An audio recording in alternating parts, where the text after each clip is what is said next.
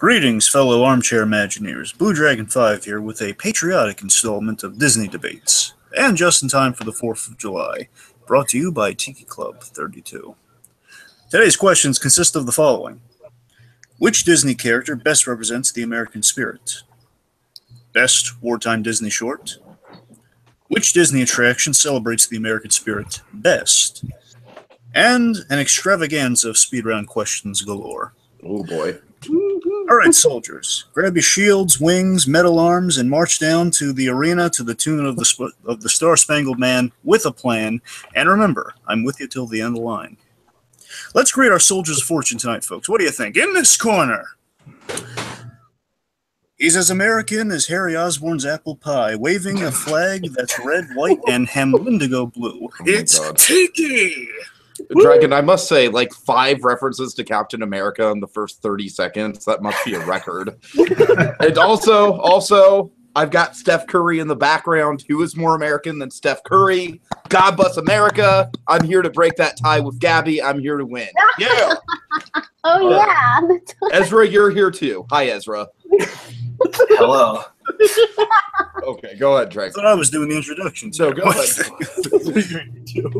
In this corner, I'm sure you've heard of iron-willed women like Rosie the Riveter. Nothing compared to the vibranium will of this lady. Give it up for Gabby! Hello. I didn't realize I had a... Wow. I didn't realize I sounded so wonderful. You put Rosie the Riveter to shame. Building one website at a time. Right? And in this corner, here's a guy with the right stuff, and in answer to Jack Nicholson, he can handle the truth. Ho, ho, ho, in July, it's Sandy Claus! Hey, folks. And helping me here on the sidelines, it's everyone's favorite Howling Commando, it's Jacob Weil. Oh, I love the Cap references. What's up with Jack Nicholson, though? What do I have to do with Jack Nicholson? You can't handle the truth. It's from You can't handle the truth. What's that line from? You Good Men. Oh. You good men. Every time I think of Jack You can Nicholson, I handle the think truth. I don't. Never mind. I don't get that. All right. Okay, Merry Independence Day, everyone. How are we this evening? Fine. Mary Like I said, I'm pumped. I'm pumped, as always. I have the same question Gabby does. Merry Independence Day. Exactly. Mary Independence Day. Christmas in July, so I figured I kind of add a little bit of holly jolliness to, 4th of July. I see. Holly Jolly Independence Day. Yeah. Yeah. And a Mary. And never mind. Okay. Let's recap the rules for the folks. Everyone's feeling good tonight. Everyone's feeling pumped, right? Yeah. Sure, why not? All right. I'll just jump right into a little bit of recap of the rules this evening, and then we'll get things started. Okay, so very simple, folks. A little reminder to the folks out there playing the home game: 3 questions, 3 rounds. If everyone gets 1 point, or one person gets all 3 points, we go to the break glass in case of emergency option, which will lead to the which will qualify for the speed round, which will have everyone move on to the speed round. A lot of fun there, I'm sure. And here's how we're doing it this evening. How we're going round table and such. We do the. Bear in mind, keeping the honorifics up this evening. It's 4th of July, so it's a big day. In an honorable way, we're all going to go around and really proudly kind of just say the name or share what our pick is for each round. We're going to go around, then we'll go around again by giving an opening statement. A triumphant speech of why you chose your pick and why it's the best. Get all your nice things there, and a little kind of addressing the nation type speech there. Then we'll move on to the Battle Royale segment. That is where we take it to the battlefield, fight it out. You take your shots. Think Saving Private Ryan. It's kill or be killed. Because it can all be over at any moment, because we're not going to have any closing statements. It's just going to be much again. Just really get your points in there. I can't stress that enough for this installment of Disney Debates, because again, I'm going to really drop the hammer. Just to get us moving along. You want to put the hammer down? Exactly. And I don't want anyone waiting in the corner of this. I'm going to get that out of the way right now. I don't want if anyone's because I might just cut it any second if someone didn't get their points in. I'm afraid that might be curtains for them. I'm giving you fair warning. Okay. At a time, and just to signify that, my other little assistant here, my little red, white, and blue referee R2D2, when he makes this noise, that means I've heard enough, or ceasefire. He is red, white, Do you and blue understand? anyways. I just realized that. He is, yeah. Wait, what? Yes, indeed. What? He's R2D2 is red, white, and blue. Yeah, he has the little red like control panel thing. Yeah. He's Whatever got it is. buttons, yo. He's got a little red button on him. It's Yeah, red. yeah. Anyways. All right, Dragon, you want to set up the order here? Well, do you understand these rules as I have explained them to you here today? I Yeah. mean, we've been playing this thing for like 4 months. I think we get it. It's legalese, TK. I got to be sure. Yes, we understand. We get it. Sign our name on the dot. Yep. All right, let's go to the randomizer. Okay. Set it up, Dragon. Oh God, please don't be Just first. to make sure things are completely random, we got all of our contenders listed here. We're going to get them random. We're going to stick with whatever order this thing spits out at us here. Don't So, be first. Don't be first. All right. In 1, 2, 3. Sandy, Gabby, Oh Tiki. God. hey, Sandy. All Oh, no, right, I've I'm got first. the upper hand. I've got the Darn it. upper hand. Yes, you do, but it's a little bit better that it's not me. Hold on, guys. I'm going to write this in the chat just for the record. Right, I'm writing it down on a note just to make sure. So first up is the Character. Disney character. Well, I'll Okay. take us. I'll cue the rounds. Okay, should I just say what all I have to say about it, or just a small portion, save everything for later? Well, first of all, we're just going to announce what you've picked. Once I go around, I'll just go to round one, so we can just. Yeah. All right. Which Disney? Okay, question number 1: which Disney character best represents the American spirit? Now, with this question, I want you to think of, what. I have Mickey Mouse. Right. Let him set it up. Let him set it up, Sandy. Oh, I'm sorry, he paused. I thought he was waiting. Go ahead, Dragon. With these characters, you got to think of what America should be with these characters. That's really what I want you to stress with this question. Why these characters represent what America should be. So we're going to go around. Everyone's going to share what they have, and then we'll go around again, and then you'll really just get into your opening statements. All right? Yay. Everyone, just say what you pick. Sandy, you go first. I chose the mouse. Mickey Mouse. I chose Mickey Mouse. Okay, I chose Donald Duck. Gabby. And I chose Paul Bunyan from the short film of the same name. Ooh. Oh, yes. Okay, Sandy, opening statement. When you think of Mickey Mouse, you think of an American culture. He's a universal icon, but that doesn't hinder the fact that he also, above anything else, represents Walt's American dream to achieve success in what he loved. And he did it. He built that studio, he made those movies, and entertained those people, and did it all because of this simple mouse. All right, Gabby. Okay. I picked Donald Duck because he became so well recognized and realized as an American symbol during the war in 1943. So he already became a well recognized and known American symbol so long ago. So, yep, that's me. Okay, Tiki, Paul Bunyan. All right, so obviously Sandy and Gabby have gone for the prime meat on the table, and I'm going for a deep cut here. I'm going for something that's obscure, but I hope through my argument is going to win you over. Now, Paul Bunyan, what is more American than the largest of all of the folk tales? And I'm going to save most of my points for the argument itself, but Paul Bunyan is a character that just defines the American dream. He defines the American spirit. It's a truly inspirational tale about moving with the times and creating America and literally becoming an American symbol in yourself. It's an incredible tale. Of course, Paul Bunyan has the voice of Thurl Ravenscroft, so that adds to the mix. Tony the Tiger himself. Like I said, I just think the mythic quality that the Paul Bunyan character possesses as the short goes through its 17 minutes just really is inspirational. You know, like he makes all these landmarks and whatnot. I have a lot to say about it, so we'll get into it with the shots being fired, because I know you guys are going to take my shots. I'm just going to be ready to defend them. Okay, fight it out.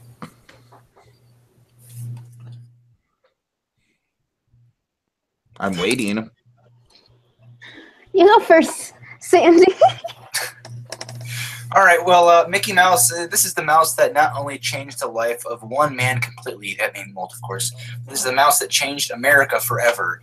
He has changed the country forever, not to mention modern-day entertainment. When you think of Mickey Mouse, what do you think of? You think of Disney? I think of a sellout. I think of a company that really. Yeah, I just think of wants money. corporate shilling. I think of corporate shilling. When I think of Mickey Mouse, I think of a character who was fun when he first started and who in his heyday with stuff like Fantasia was really at the height of this game, but then got bastardized to a point where the Disney company doesn't even know what to do with him anymore. He's neglected to the Mickey Mouse Club on Playhouse Disney to like lull babies to sleep. Dragon, I'm sorry. This is all coming from a man who likes the name Bunyan. the piece of skin that grows on the back of your foot. Wrong Okay, guy. what does that have to do with it? I have no idea how that's okay. So Paul Bunyan, Not even like spelled- I said, the story of Paul Bunyan is that Paul Bunyan, through his height and through his might, created the Grand Tetons and Yellowstone Falls and all these different things. He paved the way for the colonizing of America and the expansion west. And then when modern technology got the best of him, he went and he created one of the most iconic natural wonders of the world, which is the Aurora Borealis, or the Northern Lights. I think the story of Paul Bunyan and Babe going through America and creating America and creating the heartland of it, and then becoming the Northern Lights at the end, it's beautiful to me. The color work by Ivan Earl, just the the music by the Mellow Men, it just all sums up to create just this perfect vision of the American frontier and how one man, one larger-than-life man, came to define it. God bless Paul Bunyan. Yeah.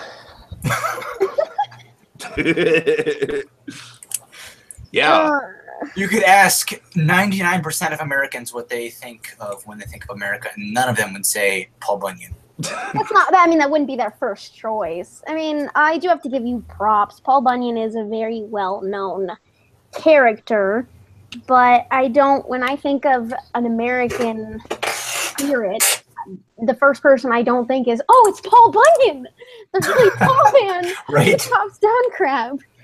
I mean, that's like the last thing I would. Okay, I probably- want to address the tree chopping down thing because I know that's going to be a criticism of Paul Bunyan. Yeah. And just through the context of the short, like I said, it's not that he's chopping down trees because he's a madman. He's like, they're great. I'm going to chop down trees because they're in my way to getting my frosted flakes. No, he's chopping down the trees because he's paving the way, because he's expanding the West. And he's doing that much like Johnny Appleseed and much like other American legends. By the way, folks, every day at the Walt Disney Family Museum in July, you can see American legends in our theater. Plug. It's funny you say Johnny Appleseed because Paul Bunyan is on the exact same scale as Johnny Appleseed. You never see them anymore. They're just there chopping down stuff. Okay, I want to talk about Donald Duck for a little bit because Go for it. I know. Donald Duck is definitely the thing about him is that they made him into a joke.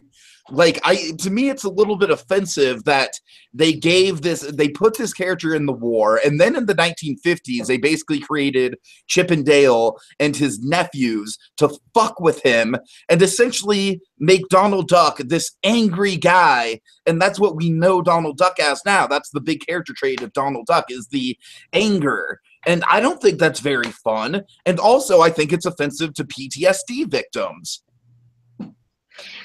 I can understand where you're coming from. However, it seems more realistic. If we're going to shit on the auction scene in Pirates of the Caribbean, then I'm going to go PC. I'm this episode's SJW, all right? If it wins me the debate, I'm SJW all the way.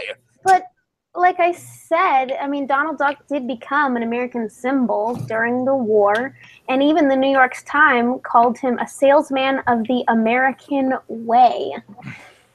So, I mean, yeah, Donald Duck, I understand we know him as this bitter, angry, whatever, but I mean, I don't think it's exactly shitting on PTSD because a lot of people who have PTSD could have a lot of anger or act the same exact way. I do agree, and I understand that his cousins, or his nephews, sorry, they sucked and they ruined everything. But when I think of Donald And the only Duck, good thing that Chippendale have ever been involved in is the almighty majesty of Chippendale's treehouse. I was just about to say the treehouse. That's it.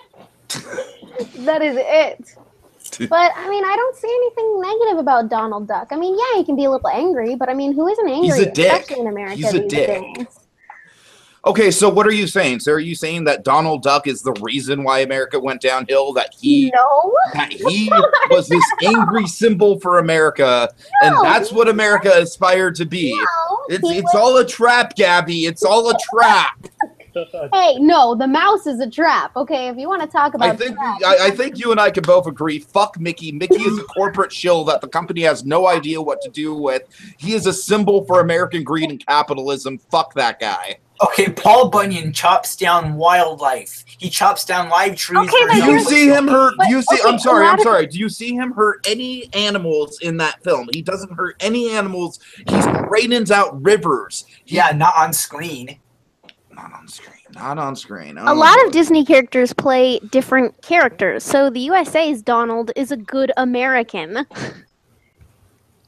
Mickey lives in his little house on his little street with his little dog. That's what I'm saying. That's what I'm saying. Food. Mickey Mouse more or less retired in like the 1930s. Like he had his heyday, and then he just like goes to do these super bland and boring cartoons throughout the end of time. I'm just gonna be blunt with you. When I think of America, I don't think of Mickey Mouse. I think when old timers think of America, I think when people who have a song in their heart and people who know of the American past, Paul Bunyan is one of those figures that is larger than life and that really calls to mind the spirit and the ambition. Not many people think of what you think of with Paul Bunyan. A lot of people think of what I think of. Some random ass guy chopping shit down who's tall as fuck, and that's it. That's as far as it goes. Paul Bunyan is lovable. Paul Bunyan is an inspirational figure. Paul Bunyan is wonderful with animals because he's a terrifying giant who chops things down. Terrifying. I mean, Sandy, wouldn't you agree the one thing you think of with Paul Bunyan is just some tall as fuck dude chopping shit down and looking kind of moronic in a sense? Yeah. I don't think of anything positive. I don't. Okay. Okay, well, I know I sucked on that one. I know I sucked. It's okay, I did too. I was talking myself in circles. I completely understand that feeling. All right, let's go through the feedback wagon here, and then we'll confer with Jacob. Then I'll make a ruling. All right. Feedback wagon. Okay, Sandman. What's up? Okay, well, we tore you apart, dude.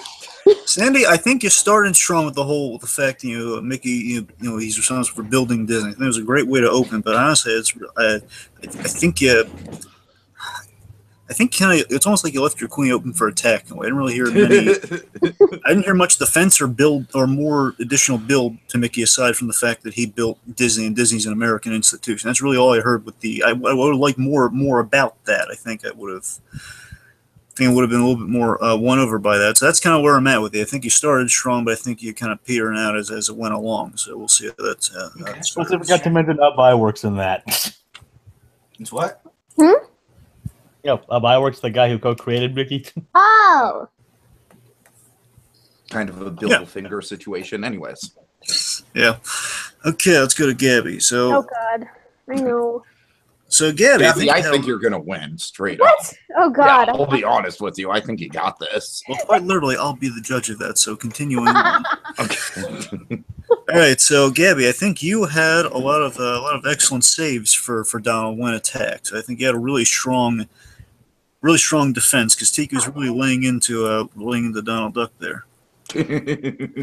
I think I think the thing I'm most proud of Gabby for this round is the salesman of the American way. I love her pulling that fact and also refuting the PTSD insults. Oh, thanks. Yeah, like Tiki attacking. Yeah. All right, so but at the same time, again, I really didn't hear a lot about just down about the character. I heard just.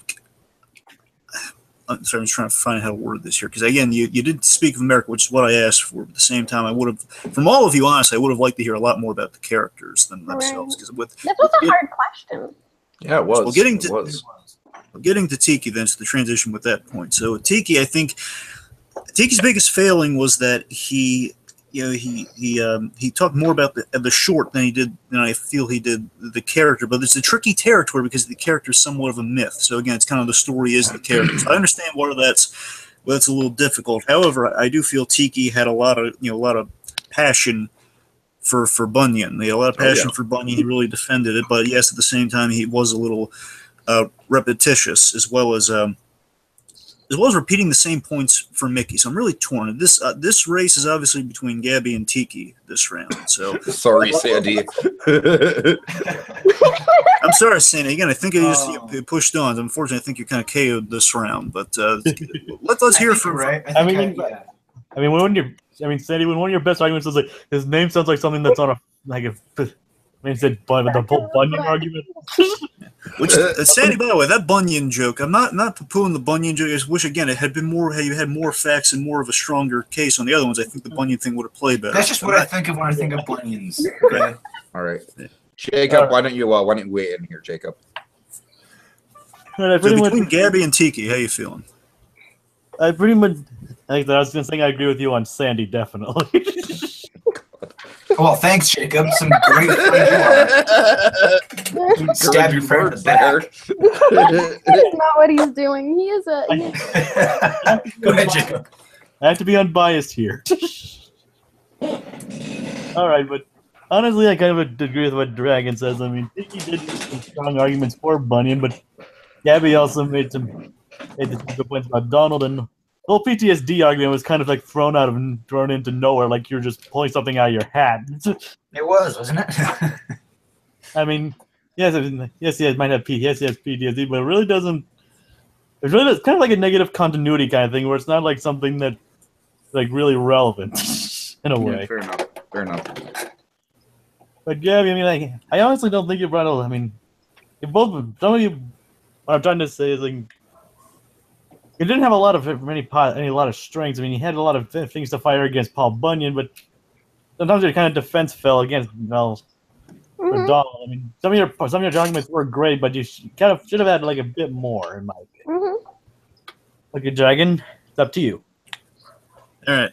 So here, just to kind of wait on this. Going into this round, I mean, as it was unfolding during the fight, I was going into it. I was really convinced I was gonna weigh one way with Tiki, but I gotta tell you, Gabby really surprised me during the rounds. I mean, I was really sad. I was really gonna give it to Tiki for the longest time, but I think Gabby was really strong in the defense. She refuted his points. I gotta give it to Gabby. She really fought hard in this one. Oh. Nice. Yeah. Okay, but again, really close though. I have a visual representation for Ezra in this game. Oh, what's that? Hold on. I'm scared now. How do you plead? How is this a fair trial? Our lawyer is a Morty. It's not fair. You have no rights and he's not a lawyer. We just keep him here because he's fun. Look at him go. Look at him go. And Sandy's revenge is that there was a glare on the screen, so apparently no one saw that. But you heard it. Look at him go. Okay, on to round 2. Oh God, this one's hard too. Okay, best wartime Disney short. Now, before we begin, I just want to give everyone a helpful hint. What I want you to do in the opening, in your opening statements, we're going to go around, we're going to share what you picked, then we're going to do the opening statements. When we get to the opening statements, I want you to summarize your short a little bit. I don't want you to go crazy, just make it all entirely a summary. But like describe it for the folks out there who may not have seen it. Sure. Like remind us of why yours is great, and also like kind of some of the really cool stuff. Like a lot of details in the opening statement is what I'm asking for you. Okay, so let's go around, just kind of get the names of what we've picked. So Sandman, Education for Death. Mine is Reason and Emotion. And mine is the good version of Chicken Little. The one without Spice Girls. Are the Spice Girls in Chicken? Yeah.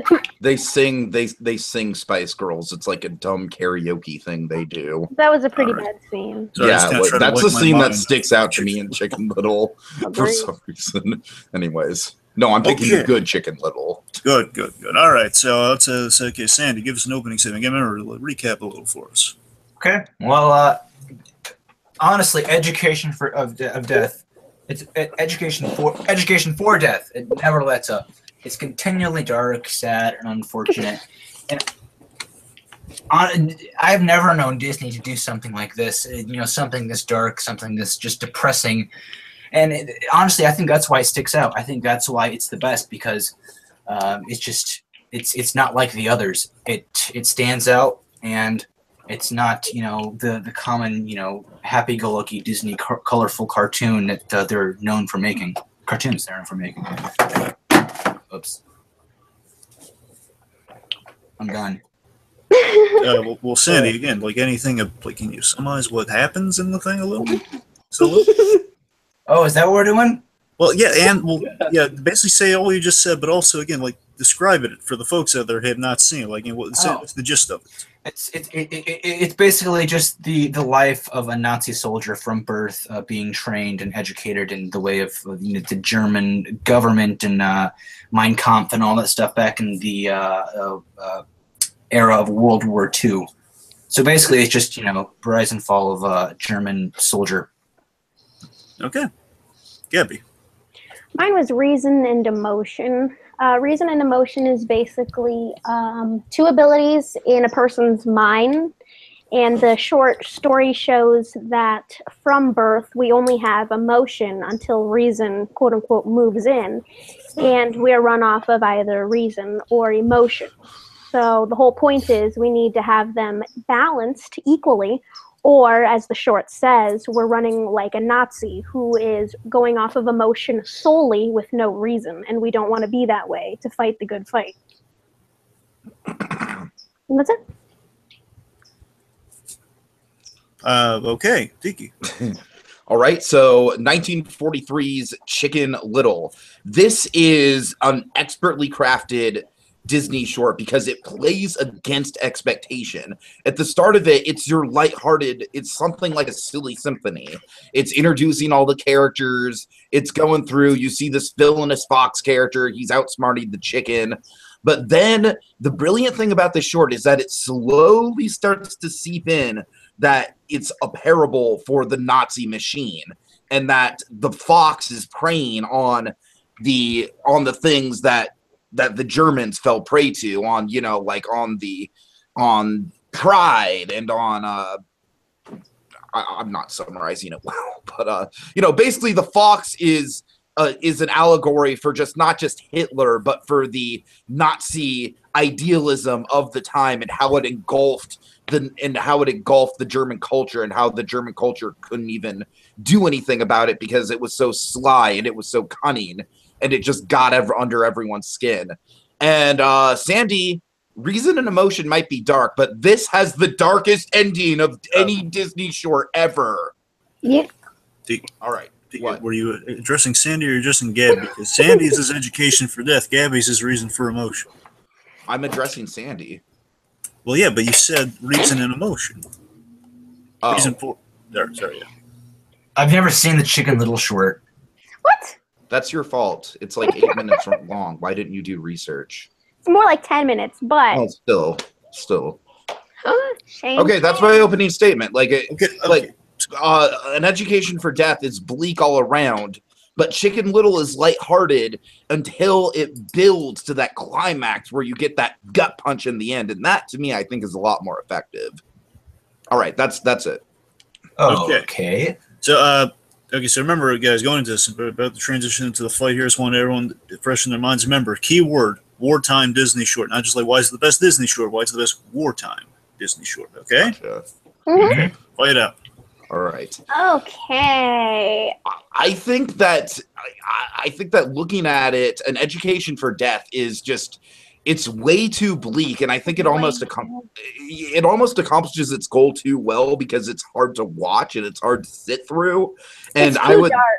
I would think that a kid watching this in school would just be horrified and traumatized and like, you know, It's too dark. yeah. Whereas Chicken Little, as I said, I think Chicken Little is the best of both worlds. I think it's got a really, really dark message to it. By the way, Sandy, since you didn't watch it, you want me to tell you the ending so you're caught up?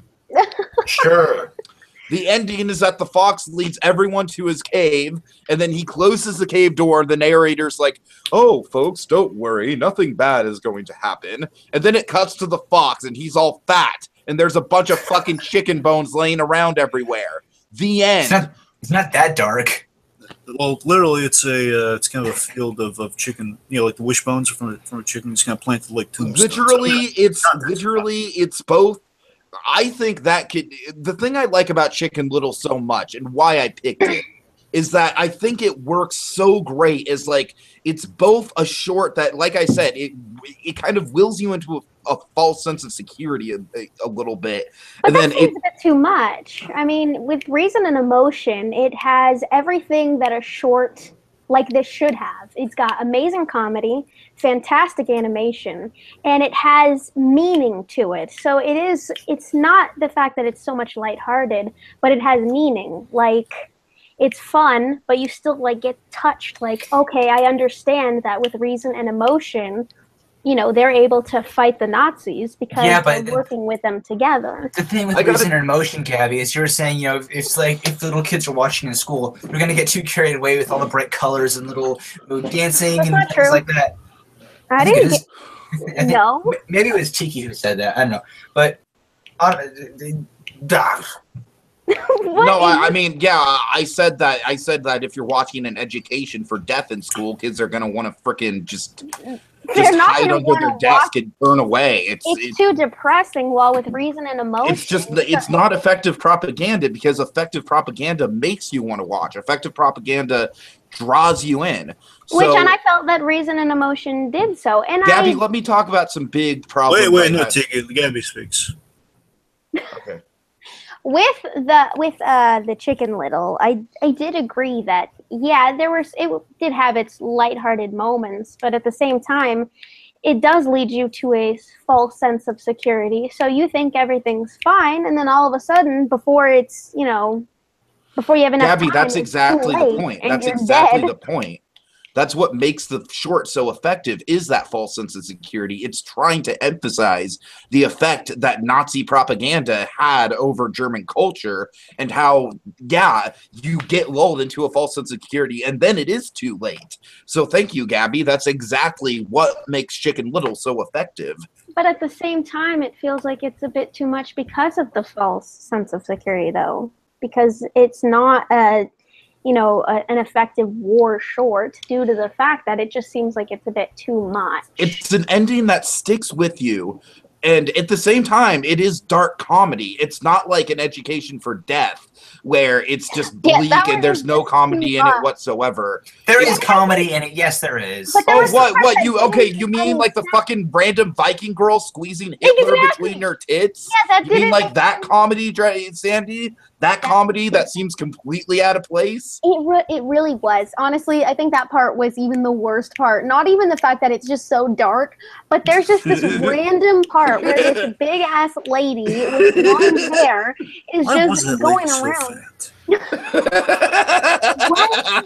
the shorts. I mean, it made no sense. When did you guys watch the short? How long has it been? I watched an hour ago. An hour ago, yeah. Dragon, do I have permission to talk about reason and emotion now? Yeah, I'm not. Yeah. I think you guys are missing the point. Never mind. Wait a second. Oh my god. All right, Tiki, go. Okay, reason and emotion. I think the film sends some very mixed messages. I was a little uncomfortable with with the flirting with the girl and everything like that. But you have to remember the time it took place. I understand the time, but that doesn't. Again, Gabby, I'm the SJW here in the room. Remember that. And then what got to me more clarification on that term, Tiki. What is that? Social justice warrior. Okay, keep going. Okay, Gabby, the thing that made me genuinely uncomfortable was the whole, like, the overeating thing. That to me took up a lot of screen time, and it was just like, I don't get if it's supposed to be a gag or a parable or a little bit of both, if it's a dark joke. Although I do agree that it did take up a little bit too much time, at the same time, like I said, at that time, that were the things that was the emotion, quote unquote, that no one wanted to let run loose. So for the male, the emotion is basically treating women with disrespect. Or with women, it was overeating so that their cute little petite figure went overboard. That was just the time. Obviously, the time we live in now, it's completely different, even though there are some guys that can still be shady and some girls. So it's fat shaming, Gabby. It's fat shaming in the time we live in now. Well, like I said, the short has to do is not doing with the time. Gabby, now I don't think before. this short is aged well. That's my whole point. I think Chicken Little has this timeless quality about it. And also, I want to get to, before R2D2 goes off, I want to get to the most troubling thing about Reason for Emotion for me. And that's that the film has a very, very mixed message at the end, where it's essentially like when emotion overwhelms reason, you become a fucking Nazi. Now, I gotta tell you guys, I'm good speaking from the heart here. With my autism, emotion controls me a lot of the time. And I understand that the film isn't trying to say that I am a Nazi for following my emotion more than my reasoning. But it's just, like I said, I think reason and emotion, all three of the parts have these, have this social stick. Like with Chicken Little, the only thing you need Leonard Maltin on with Chicken Little is to be like, hey, yeah, this is a little dark. With reason and emotion, it's like, yeah, there's some like touchy social But things at the same here. time, though, Tiki, like I said, just to be blunt with you, at that time, just to be blunt, autistic people were looked at very poorly, as well as people with depression, anxiety, addiction. I mean, it was looked at way more poorly than it is how people are now. People are more aware that autism or things of the matter, it's not Satan, it's not crazy, it's human, it's life. But okay, but what I'm saying though is it's the effectiveness of the propaganda, and I think Reason and Emotion has a mixed message. Whereas I think even though Chicken Little might be the most subtle out of the bunch, I think its message is quite clear, and its message is that. But Reason and Emotion is quite clear because, like, as I said, I think there is just this argument where it's like I still don't really understand what they're trying to say with like, yeah, and to tell you the truth, Gabby, it also feels like 1/3 of it is propaganda and then the other 2/3 are just like, look at this cute little cartoon. It's a little uneven in that respect. Well, no, because that was Chicken Little. I mean, it's about a little chicken. I mean, the meaning and the moral and everything behind it can be kind of confused with these little colorful chickens and fox and whatnot. As I said, Chicken Little has a build to it. You start out in a very innocent place, and then about halfway through, you're kind of like, oh no, is this going where I think it's going? And then by the end, you're completely like, like you're with the narrator. You're like, okay, this looks bad, but it can't end that way, right? And then it ends that way. And like I said, it pulls you into the mindset of what it's like to be in a situation like that. Whereas, as I said, it doesn't make you want to change anything. Well, with Reason and Emotion, Reason's job is to think, plan, and discriminate, whereas Emotion is to be a fine, strong emotion that loves its country, freedom, and life. With Chicken Little, I mean, all you get at it is, okay, it's a cute little cartoon, la la la. Oh shit, people are. What the fuck is this? Well, I mean, I don't think the ending is so shocking. Like, it's not really that gory. I mean, you see, like, wishbones. Oh, it's not as bad as freaking Education. No, absolutely not. Absolutely not. Hold it. I want to hear from Sandy. Sandy, you're saying something. Go on. Education for Death is very, very educational. Whether it might be just a little bit too blunt in what it's doing with its whole overly dark tone and whatnot, but it has its moments, and I think there were a lot of people back then who didn't know what to think of the entire thing. They didn't know, what Germany was or what they were doing. I think it gave a very, very. I think it does give a very clear explanation of what exactly was going on and what exactly was happening to the people, or more specifically, the soldiers and people in school.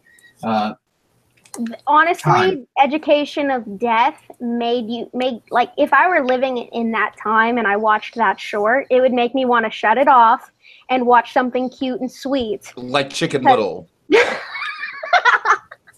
Like Chicken Little. That was funny. It was just too dark. Even if it was quote unquote educational, something for a little kid or for a teenager or As somebody I said, getting ready Who to says, fight. who says this is for a little kid? No one says this is for a little kid. I didn't just say little kid though. I said anyone for a little kid, a teenager, or anyone who's ready to fight. Obviously not a little kid. You're not going to want to watch it. It's just too much. It's just too much. Even when I was watching it, like maybe a quarter way through, it was just like, what the hell is this? This is just too much. Not It's just to mention really oppressive. It's freaking got this really oppressive tone blonde-ass to lady. it. The blonde freaking lady, it should not have been added. There was no point. It wasn't funny.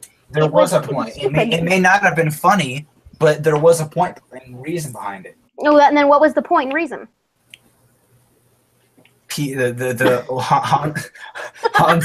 Hans learning in school what exactly Hitler was doing for Germany, aka the blonde lady. So, Oh, God. All right. Suck it. All right. Thing? that was horrible. That's a doozy of a round there. You're right. Yeah, You were it was. horrible, Gabby. I didn't say I was. Hey. Whoa, Keep it fighting civil. words. Fighting word. Yeah, them's Leave fighting it on the words, man. battlefield, not in the deliberations. Alright.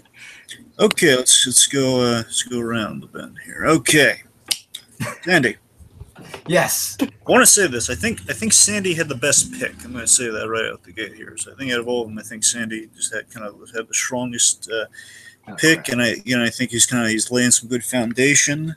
He was attacked, and I think we had I wish Sandy was a lot more vocal in the because really again, Defense, Sandy. You need defense.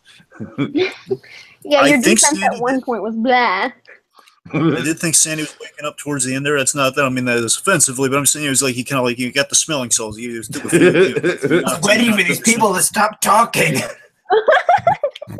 It's all Chicken Little this, Chicken Little that. Reason for emotion. That's what I'm saying, man. You gotta get in there. You gotta get some elbows in there, buddy. No holds barred, But man. again, I think Sandy was starting to find himself towards the end. The only question is, was it too late or not? And were the shots too detrimental? But again, I think Sandy put up more of a fight than the first round, so that I'm impressed by. But again, strongest picks. So we're going to see how much that carries Sandy going into the deliberations here. Moving on to Gabby. So Gabby. Oh no. Yes. All right, let's see. I take my defeat. Oh, come on, you defeatist little pixie. Come on. All right. You call her a I pixie? think Tiki really hit upon a weakness in yours, Mhm. Gabby. The mixed message. I think with the flirting, and I did think you defended yours. It was a byproduct of the times. I felt it was a little repetitive though. Yes. Then again, it was a back and forth argument. So how repetitive? I can't remember. It was. I love again, Gabby. I think the strongest thing with you in the Disney debates is you really hold your ground. You can't knock this girl down. That's the thing. You can punch her all over one day. She will not go down. However, here's the thing, Gabby. Well, I do think you stood your ground. I think you started really strong, Gabby. Too. I want to make that clear. I think you probably. And you probably came strongest out of the gates looking at here. I think you just kind of like you were most solid coming out of the gates. I did see some gaping holes in some other arguments I wish you had taken. I think against the other two guys. We'll see again. We'll deliberate here. Okay, Tiki. Yo. Okay, let's see. So again, Tiki, you had of course you're the big kind of your secret weapon on this was of course the ending. And you did pad that properly, yes. I would have liked to hear a little bit more about the setup, and at least a little bit more about kind of how the Skyfalling connects to the World War II themes. Just a little bit more. Okay. Again, I think I covered. I'm going to say I think you had the best recap I was looking for as well. So, yeah, they had the best. You had the best recap. You had the best opening, and Sandy, I think, he had kind of the best kind of. Look at him go! Yeah. I'm kidding, Sandy. But at the same time, I think Gabby did at least get while Gabby didn't take as many shots as I think she should have against yours, I do think she at least got a few interesting ones that I think kind of slowly might have like loosened some screws on your big metal machine, so to speak. Okay. And I think when Sandy woke up, he really took a really big shot with the whole confusing the moral with chickens. I think that was really strong. Not when I woke up, when they decided to shut up. I'm sorry. I mean, with It's the a debate. versus It's a the debate action. for a I mean, reason. you're on the job, Sam. Sorry, bad comparison. My point is, when Sandy was really getting into it, he was really kind of getting his digs in. I think he had like a really kind of a surprising blow to Tiki, like right across the nose, if you will. He had this. You confusing the moral with chickens. I think that was a really strong way of kind of summarizing what kind of Tiki I think might have been missing in his argument a little bit. So again, let's do the wild man here. What do you got? The wild man. I like that. That's a good one. Don't get wildly on Where are you this coming trip. down on this? All right, well, honestly, I have to agree with a lot of your points there. I mean, reason and emotion, I have to agree with the whole point at the end. I mean, it does have some.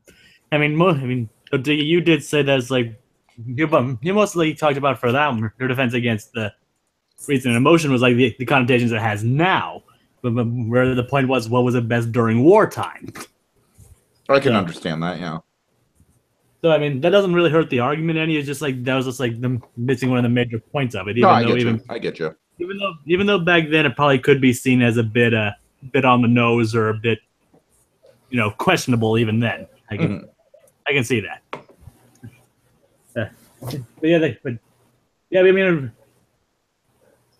Considering it's definitely more reason. Education for death is definitely the more blunt one. I mean, it's definitely one of the more scary examples of like more of the realism ever in these cartoons. And Chicken Little definitely I mean, it's not something that people are gonna pick up immediately until if it was that definitely does make sense.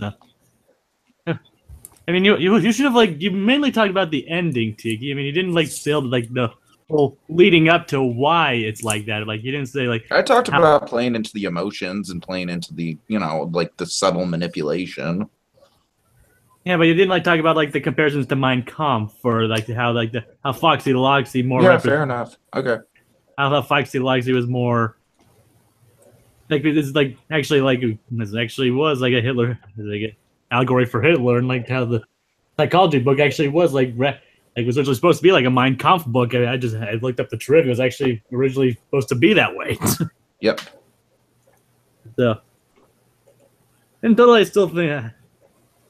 So, Danny, you definitely did falter in the beginning, but you did you definitely got your second win near the end. I mean, I will have to give you props for that. You need to have more of the defense. I will say that. Well, thank you. That's pretty much all I have to say, Dragon. All right, here's what I'm coming in. Let me just give some perspective here, just kind of celebrate the ending of the round as well. I'm going to say this. I'd never seen these three shorts before. I've researched them once everyone kind of submitted their picks, and I had watched these, and I had kind of an expectation going into which one I thought was going to win, which one I kind of judged personally to be the best. Bear in mind, of course, all three were really good. I want to make that clear. All three were really good, and this, of course, is based on the arguments. I'm just saying I had an expectation going on which one I thought was a deadlock, and I was really surprised this round, very much so. I think there was a make or break moment in this argument that really kind of solidified my pick here. And so I was going over in my mind while Jacob was, also pointing out some good stuff I have to agree with. And Jacob hit upon what that moment was. That moment was, essentially, it was the Mein Kampf thing that Jacob's point reminded me of something I kind of took from watching these three shorts, and a lot of them were kind of preceded by Leonard Maltin talking about them. Oh yeah, and Leonard Maltin making some excellent points because that was they released a wartime Disney short DVD, and I had the openings of Leonard Maltin, if I'm remembering correctly. You kind of give him a minute of historical context or whatnot. Point is, he spoke to the Mein Kampf thing, and that kind of hit upon this thing that while Gabby really laid the framework for some excellent arguments, she just didn't pursue them. There was a point that I can only interpret. I didn't really get solidly that I think would have absolutely crippled Tiki, but she didn't make it. The twist is that the lesson is death, which would have been hey, it's a little too late to learn from anything. She didn't really hit upon that. She just kind of said, well, the twist isn't really all cracked up to be, essentially. Mhm. And again, I had just really hit upon that. I think it would have been her round, but I got to go with Tiki on this one. Tiki, Tiki got the point this round. And again, I thought Sandy was going to be the dead winner of this one. So I mean, I really. And Sandy, I do agree with everyone. Like, you definitely put up a fight at the end. So Agreed. It was very surprising because, Yeah. Try to bring that fire to the next round. like I said in the beginning, your freaking argument was. Blah. I was like, those aren't even words. I'll definitely admit it's better than your Bunyan argument. Okay. Okay, we ready for The round morning three? lawyer is getting smarter every day. Yes. Round We're three ready. is a little. I'm ready. Okay. I'm worried about this. Okay. Round number 3.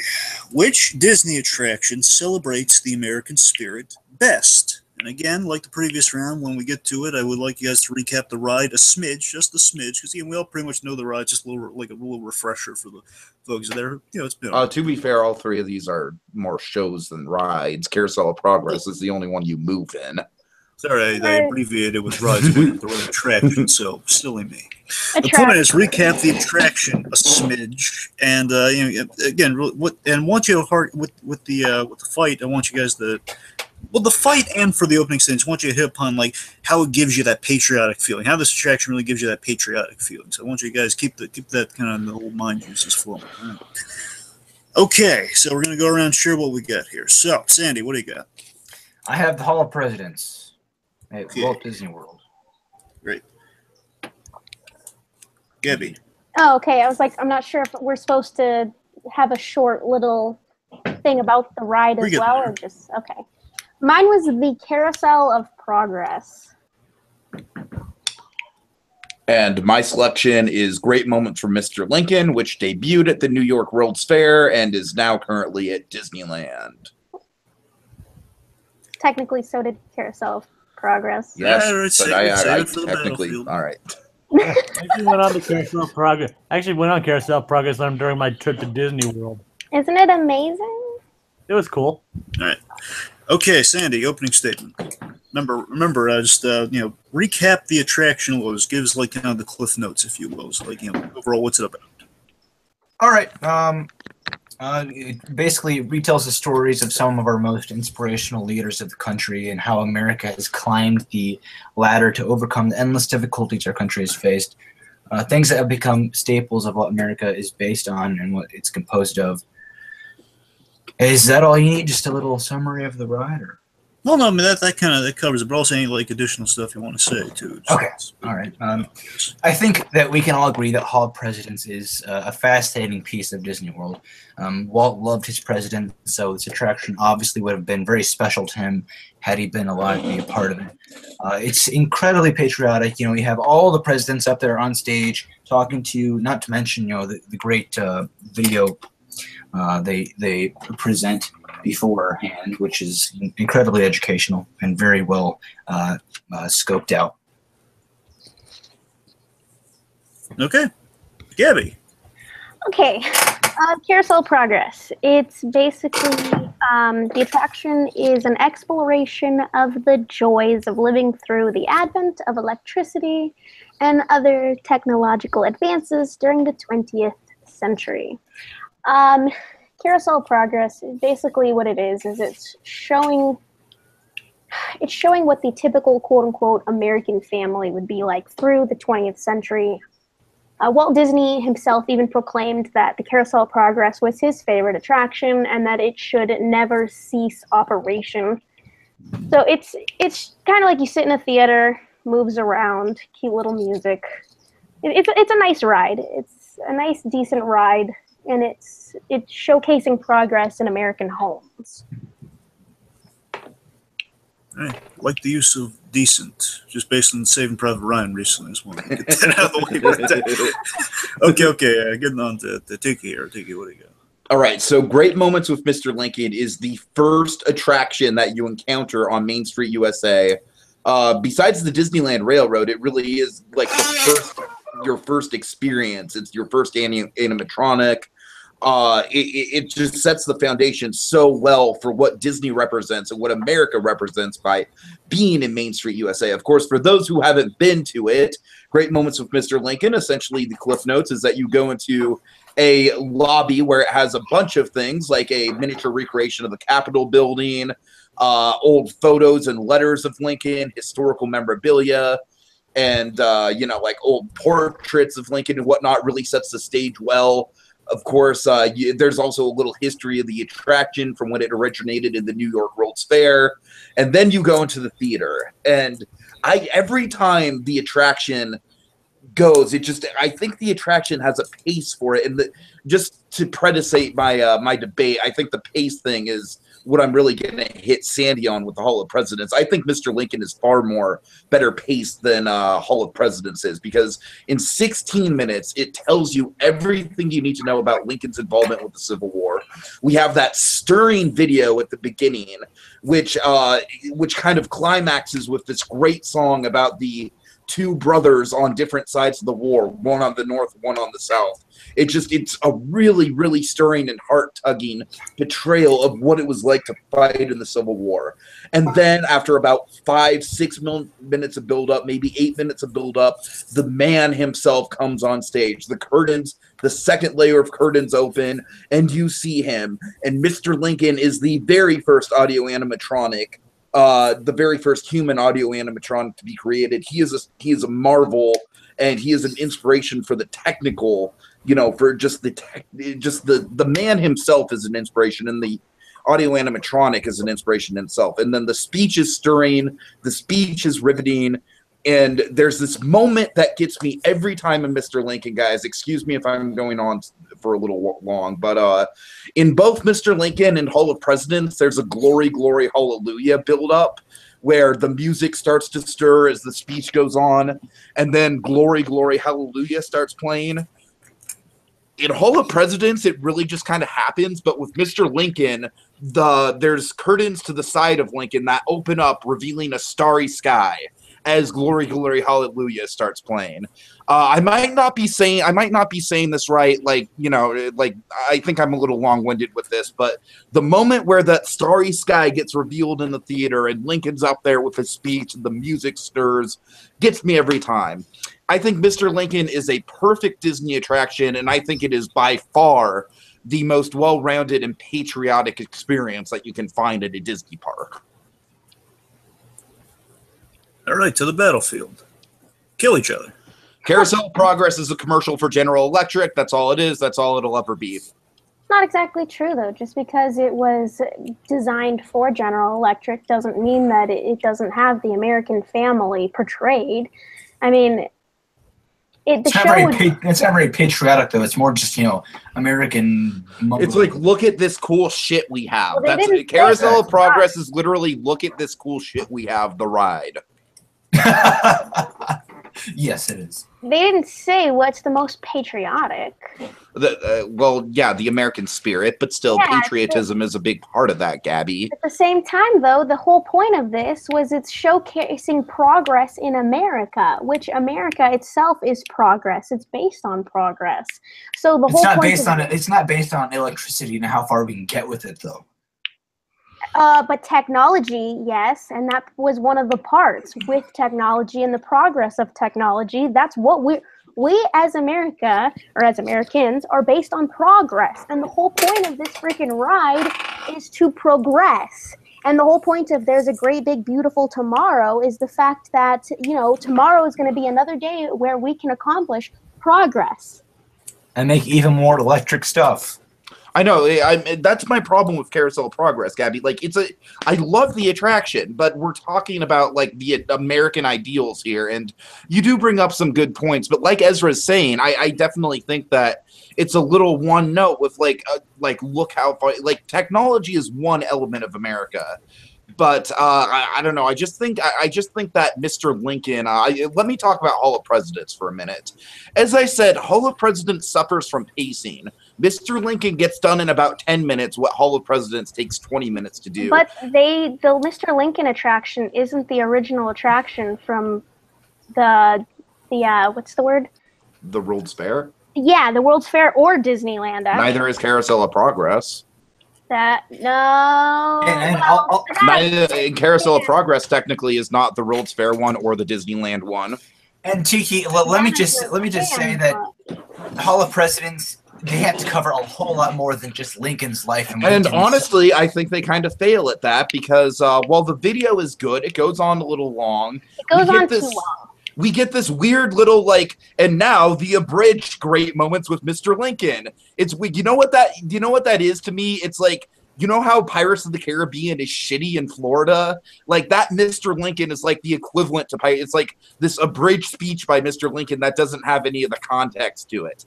And then we get the presidents, and what do the presidents do? Do they debate politics? Do they talk about how the politics of today are different than the politics of yesteryear? No, they have a roll call. That is all they do. Hardly any of the presidents besides Washington, Lincoln, and the current president are addressed. And Sandy, I hate to bring this into it, but look at the current situation with the president. And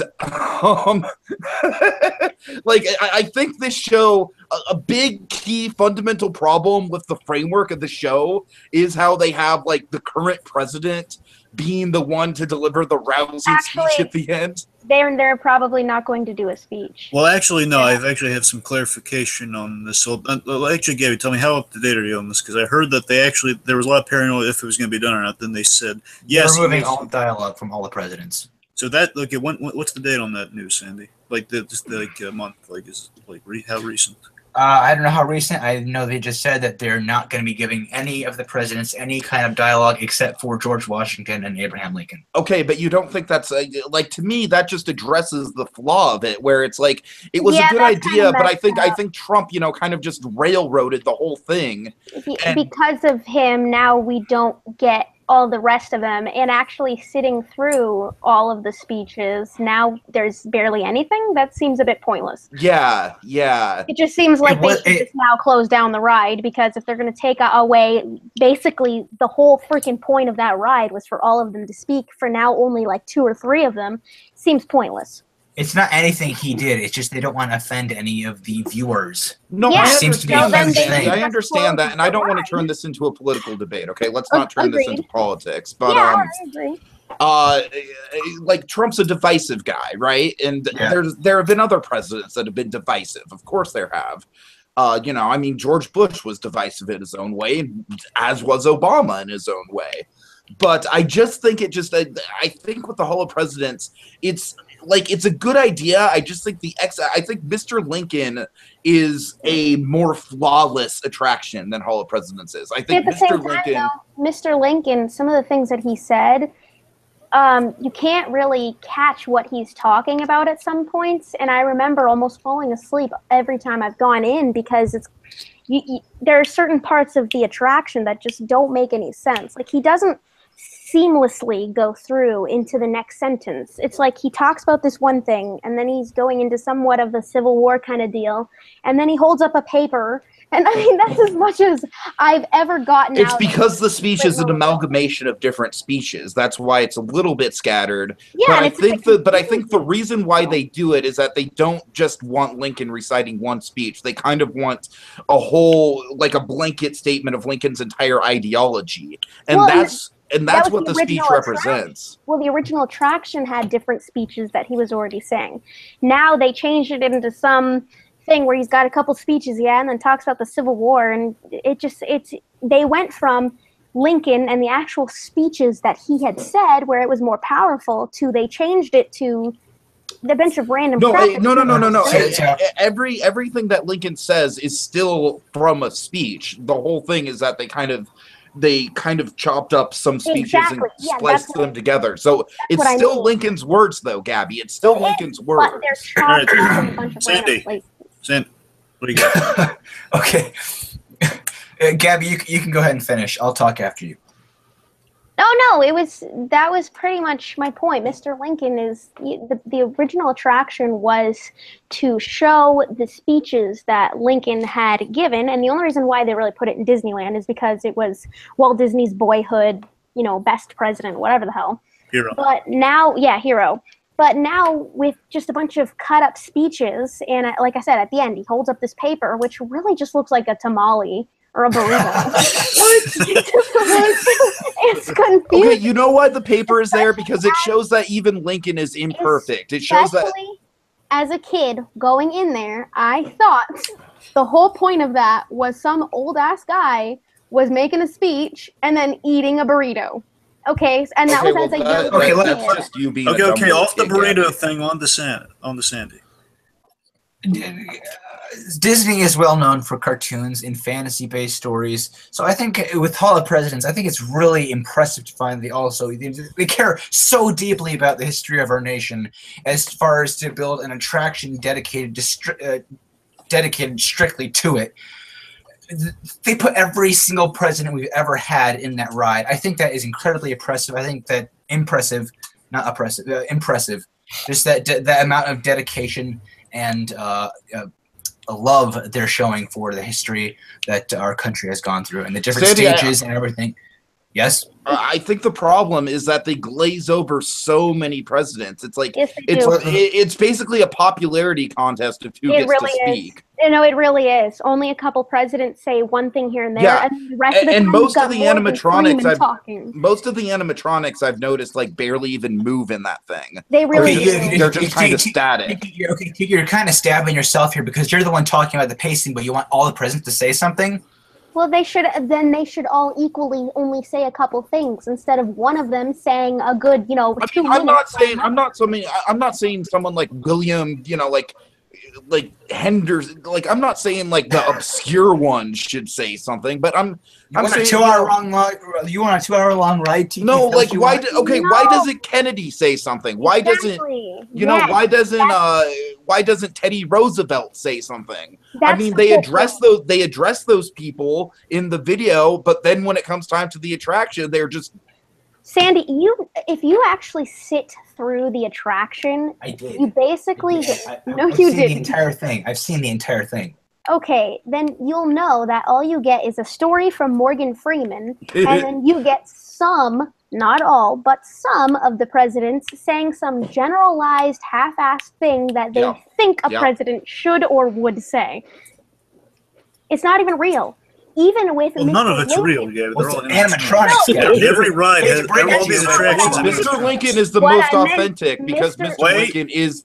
I'm sorry. Go ahead. What I meant was, in defense for Mr. Lincoln, at least it's speeches and real things that he had said. While with the freaking Hall of Presidents, it's just a bunch of made-up crap that they assume a president should or would have said. Well, they can't really invent a time machine and go back and find out what they said. There's a lot of speeches that are recorded, Sandy. Come on now. History. Like, how do you think they got the Mr. Lincoln speech? I know. Okay, Sandy, that's not an argument.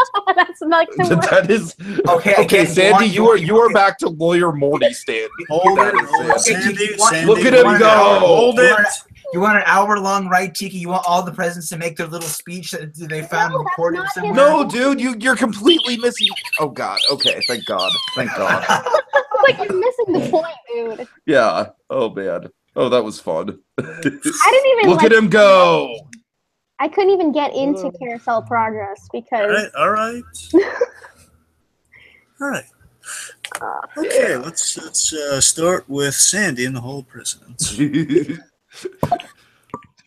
Well, Sandy hit upon something I was really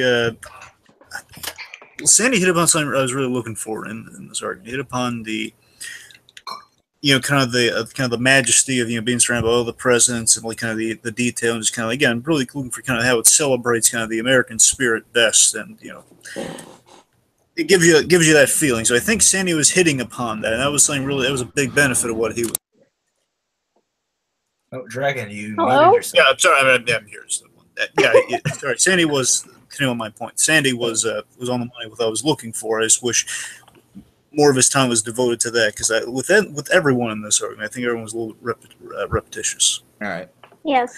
It's like everyone's kind of a little guilty of. Tiki attacked you with some pacing issues, which I will say this: Sandy defended himself well with the pacing issues thing. I could have been crippling, but Sandy held his ground on that. So I'm proud of Sandy for that one. And I think now here's one other thing with Sandy before I move on here is I think there's certain points, especially with the mention of Lincoln here. Again, the big showdown I was really waiting for with this fight was Sandy and Tiki. And I would have liked a little bit more of that because basically what Sandy was scratch the surface of is that you get more bang for your buck with Hall of Presidents versus Lincoln. I didn't hear that argument. I would have loved to hear more of that, but he scratched the surface on it. He kind of laid the pipe to get into that argument, but he didn't quite go there. So. Anyways, the point Sandy did a good job here, but in the end, there also were some crippling things. Basically, I think the thing that will either sink or save Sandy was the kind of the ending of the fight there, the ending before the bell went off, the bit where he the whole like we can't find out who said what. That was the we can't find out what the presidents have said in history. That was really. That's not what I meant, though. I'm sorry, Sandy. That's egg on your face. But again, we'll see how it goes. All right. That's not what I meant. I know you can find out what they. Dragon, you can just go right past me because there was little to nothing even being able to say, and I already know I lost this one. Exactly, that's exactly what I was gonna say. Either give it to Tiki or something. You don't even have to talk about me because mine didn't. All right, come on. Let me talk about Gabby a little bit. No, we already know I failed. Let me just take the fail in honor. Oh God! Come on. Look, just to give Gabby a few pointers to say, I'm not trying to give her the point. I'm just giving her some. She only got shut down, Dragon. There's nothing to talk about. And anytime I tried to defend it, it just got brought back to freaking, Lincoln and the Hall of Presidents. So I said, fuck this shit. I'll just, just to give credit where credit's due a little bit here. She started strong. I think she started strong with, Walt's favorite tracks. And she hit upon the thing again. Sandy was also hitting upon, the American spirit angle of the question. Mm-hmm. Yeah, basically kind of showing I think you had some really good defense about my whole General Electric commercial thing. Yeah, I knew someone was going to bring that up. And I'm like, yeah, of course. This basically kind of came down to two things Gabby hit upon again. Basically, progress was the biggest saving grace of her argument. Bring up, progress is the American spirit. That was really strong. It made me feel, it gave me that patriotic feeling I was looking for, right in that statement there. And I do feel failing those that, when you mentioned the song could have been your kryptonite to some of the other ones. I mean, that's a super memorable thing about Carousel Products. It's a great. Well, and I said the song. Yeah, and that's what I'm saying. You said it, but you didn't really that's the thing you throw back in someone's face.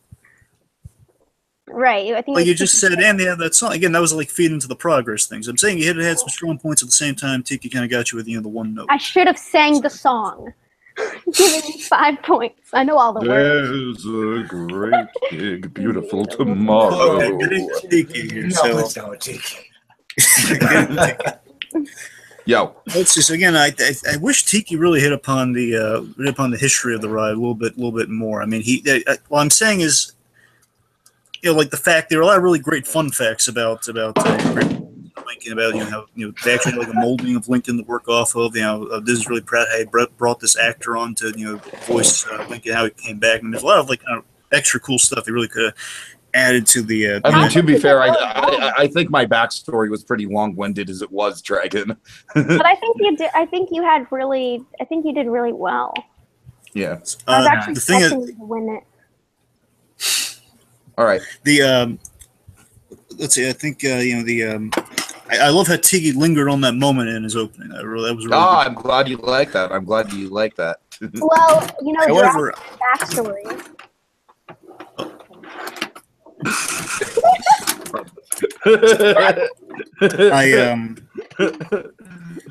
I do feel there were some significant shots taken at Tiki's though. That's where I'm kind of coming down on. Is that there was basically with the splicing argument with Lincoln's speeches. That's the thing I think was a little might have been a little detrimental here because Gavin kind of made the point that kind of waters down the importance if we're not just like sticking with kind of again. You think as much as you built that kind of thing, the glory, hallelujah. Imagine how much more powerful that'd be based on one speech versus an amalgamation. I know you made your points. So I'm just saying so I'm a little mixed on that. So we're gonna see where it comes in. Jacob, what do you got?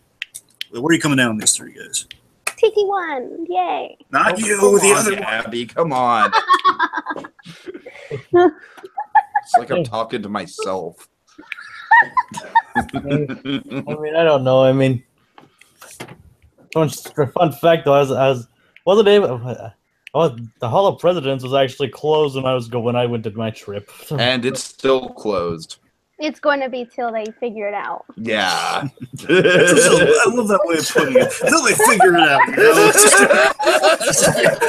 It's like the best kind of it's like the best PC answer you can give. Well, figure it out. I can't Disney put that on like the big, those big kind of like blocks they put around the thing. Like, yeah, we're working on the inside this area. Till we figure it out. Anyway, Jacob, get going. Handicap. Yeah, I mean, all of them made some compelling arguments. I mean, you guys really didn't give much time, Gabby, to defend hers at all. Quite frankly, most of it was attacks towards either Hall of Presidents or Mr. Lincoln. Mm-hmm. It's funny you didn't make that argument for me when we were talking about cartoons, Jacob. I did make that argument. And No, you didn't. It was brought up. Okay. I'll trust you on that one. Anything else, Jacob? I mean, you pretty much said everything that needed to be said. I mean, pretty much anything I would say would pretty much be just a retread of what you were saying. I mean, you pretty much nailed everything. All right. All right. You know what? I think it was a strong fight all around. I think it was too. Yeah. Would like maybe to hit upon some more bits for all of you, but I'm going to give it to. It's really close between Sandy and Tiki here, but I'm going to give it to Sandy. Believe it or not. Oh wow! Three-way tie. Holy shit! Okay. Yeah, that's a three-way. Why is that, Dragon? Yes, that is because again, Sandy's bringing kind of he's bringing that patriotic he's bringing that patriotic kind of not just patriotic but the American spirit. He's bringing the vibe I was looking for, but also he really defended himself well. And I think honestly, it's the thing that kept being thrown in your face the whole the runtime thing. You really held your ground well, and I got to give it. I think he kind of defended himself. He's been taking notes this whole episode here, and he's starting to pay off. I think it's starting to pay off. I really do think he held it really impressively. So, and I think he had some shots taken in by Gabby. And I think that just kind of Sammy's the last one standing on this one. They grew up so fast, Morty. All right, so we're going to go to the break glass in case of emergency question. I'm very curious how we do this because I think this is the first time this has happened. A three-way? I think it happened once before. But I mean, like in a context of 3 questions. Oh, crap. Anyway. Okay, so what are we doing, Dragon? What are we doing? Okay. Oh no. Here's what we're gonna do. Best. Just an additional question. Best victory in Star Wars: light side over dark side. Give me a moment from. Give me a memorable battle from Star Wars in which the light side, are good guys. Whether again, it can be. It's a little vague. So like any good guy versus any bad guy for your sides. Okay. Like as in your. Like in terms of your bad guy, basically the good guys winning over the bad guys, and that can include Sith, Empire, First Order, whichever is like. Give me a battle from Star Wars in which our good guys triumph. You got to tell me why it's the best one. Luke versus Vader. I mean, it's got to be the original Death Star blow up. Okay, so let me get this down here. Okay, so Gabby, you got to be more specific. So I need to. Okay, when Luke finds out that Vader's his father, okay, and they're Gabby, wait. That's Gabby. It's what? You can't use that. Gabby the good guys have to win in that one. Luke, he survived. I'll go with when Luke cuts off Vader's hand. That whole fight scene there. Okay, that's what I'm talking about, Gabby. And Sandy kind of took that from me, so it has to be the good guys. Like, Luke he's like, I'm your father. He jumped. He kind of. He basically attempted suicide. I guess my point was at the end when he basically was defeating his father, and then when his father pulled off the helmet, kind of deal. Well, that's Jedi. That's not what you meant. You said when he's his father. That is what I meant. Well, I already took it. So you had to give some I'm sorry, Gabby. From the prequels, Obi-Wan and Vader before he was Vader, when he basically cut off his legs. Yes. When he okay, so the Mustafar. The Battle of Mustafar. You can't win, Anakin. To the high ground. Got the high ground. And a necessary impression of it, but yes. It's like the one time in the whole prequel trilogy that Ewan McGregor goes full Scottish. I got the high ground. Tiki, I have a question for you. Yo. You like Star Wars? Okay. Dragon, just really quick, Dragon, how's this going to work? On. Is this going to be like the weakest person gets eliminated? Well, Come on. Because it's a 3-way tie and we need 2 people to go to the speed round. So I want to clarify how this is going to work. Remember, just whoever wins this point, then it'll be the person. Oh, no. Crap. Yeah, see? Ah. Yeah. Yes. So the weakest person's whatever. Yes, exactly what Tiki said. The weakest. Sure. Just taking my idea and making it your own. Sure. I see how it is. All right. Okay. Oh, God. Tiki had a great idea, like the little thing from Lego Batman. All the great ideas I've had, and then we're gonna get You can Tiki just to vote throw for me collectively. You can just throw me on the Okay, board so- now because we all know how this is gonna go. It's like good ideas, Dragon.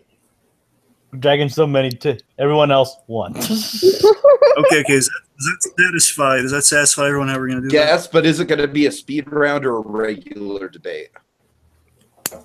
Well, we don't. We can just do the fight. We don't just, you can just fight out in which you would just save time. So everyone's kind of, everyone pretty much knows these moments. Again, Mustafar, cutting off. Okay. Yeah, we know these moments. I'm just going to jump right into it. There's no better moment in Star Wars than the moment the Death Star blows up. It is the quintessential. There's so much about it. There's the whole, there's Han Solo showing up at the very end. Like, you got this, kid. There's use the Force, Luke. It's just so triumphant. And of course, at the end with the medal ceremony, it's a perfect way to cap off the movie. We didn't know we were getting more Star Wars movies. And then that happened. And, while it's a victory, it's just a great victory, like for the first bit of the story, because of course things are going to go dark in Empire. But this is the great sort of like, yeah, we can do anything. We can take the whole Empire down. All right. We're just jumping. Yeah, we're just fighting it out. Right? Everyone's it's kind of like, there's everyone just, fight it while yours is better than the other one. I mean, with Mustafar, I just don't really think it's really that much of a victory, to tell you the truth. Because Obi-Wan survived, but he had to utilize his best friend, and the entire Jedi race is practically dead. I lost my other idea. You think I had a better one? You think I don't know this? To tell you the truth, Gabby, I was kind of weighing my options between the 2 Death Star blow-ups, so I think you could have taken the other Death Star blow-up. I just don't think that the Death Star blow-up is really that triumphant. Like, in the sense of, it's not that interesting, and it reminds me of Star Trek, the original ones where when you see the freaking, the ship, you see the string hanging on it, it's just the bad effects. That's all I think of when I think of the Death Star blowing I do not up. think the Death Star is a bad effect. I think of the strongly bad disagree with effects. that. Gabby, they had to hand make that whole trench. I know, all right? and I get that it. whole trench is not a visual effect. It is there on screen. I know, and although I do agree with that, most of the time I agree with that, but there are just some times that it looks so stupid. I'm like, what the hell is this? Okay, let's talk about Ezra. Ezra, you have a decent moment, but it kind of has that same sort of confliction where it's not necessarily really a victory. Yeah, because like Vader, it's less Luke defeating Vader, and it's more Vader kind of defeating the dark side. And also, I'm sorry I have to point this out, but this moment falls prey to what I consider to be by far the worst addition that George Lucas has ever made to any of the Star Wars movies, which is when Vader is like, no!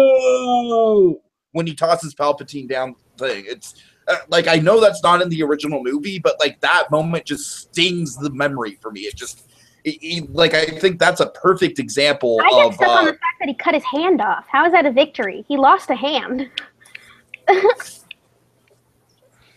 Well, he had to, or Luke was going to get decapitated. He still lost a hand. It's a robot hand. It's not a real hand, Gabby. So? It's not hand. It's a robot appendage. Hand. Okay. He still lost it. So as I said, like it's a small personal victory that comes at a cost. Whereas I think the Death Star blow up is just a victory all around. It's a fist pump moment. It's you know, it's basically like the equivalent to blowing up the ship at the end of Independence Day. You know, it's like Tiki, with mine, it's more subtle, and it's a more of a subtle victory because it's like you said, it's conflicted. Okay, it's conflicted. You know, you have Luke's shirt opening up, you know, really revealing that the inside is white. You have that sliver of white on his chest. It's revealing this whole different side to all of the characters here. Vader and Luke, you know, when I say characters, you know, Palpatine gets defeated. You know, Vader finally realizes what he's been doing wrong and how he needs to fix things. Luke finds in himself that he is headed down a very dark path if he continues to kill his father. All these different conflicting emotions, it just leads, all builds up to a great victory at the end. Doesn't feel like a victory though. It just yeah, I mean, Sandy, you're saying like look, if you guys want an America fuck yeah victory, like if we're gonna really be in the spirit of the 4th of July, then Americans blow shit. Oh my god! Up. You did not just bring that into this. Okay, Tiki, yeah, you think mine isn't a victory? How about yours, Tiki? You killed millions of people on the what are you gonna use the Kevin Smith, like the construction workers argument? Are you gonna throw that in my face, Sandy? No, I'm just gonna be blunt here. The fact that they were evil is, I mean, they were evil. They were never going to change their ways. So, I mean, blowing up, because bruh. They were getting paid to be evil, really? Gabby. It was basically killing Nazis. It was killing Nazis, Sandy. If given the choice, would you kill Nazis? Yeah, space Nazis. See, I'm not a big fan of the whole blowing up thing, but at the same time, I don't think of basically, you know, Luke and his dad shit. It's not so much a victory, but it's Spielbergian daddy issues is what it is. It actually kind of is. Yeah, but guys, I need to hear more about Mustafar here. More about Mustafar. We know I lost. Like I said, it's just like I'm trying to go easy on Gabby because I don't necessarily think it was fair what happened to her. But it's not a victory in the slightest. It's like this is literally the end of the Jedi. Like, how is that a victory in any way, shape, or form? There's no victory in that. Obi-Wan barely escaped with his life.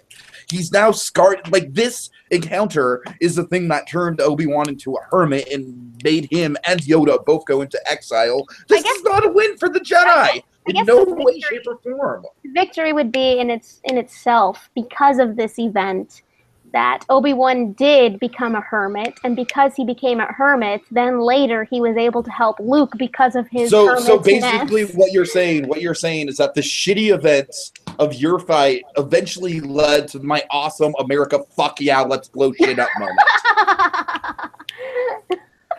It led to I'm catering to the masses here, people. We all want to see shit blow up, all right? And can I also mention the camaraderie of that Death Star fight? All the people working together. You know, that is really like before Rogue One. That was truly the closest thing we had to war in Star Wars. The camaraderie, the brotherhood. We didn't get much screen time on people like Porkins. You know, but we loved Porkins, and we were sad when Porkins died, you know? Much like we didn't see Vin Diesel much, but we were sad when he died. Wait, what? Oh, right. I'm comparing Porkins to Vin Diesel. We're like, what?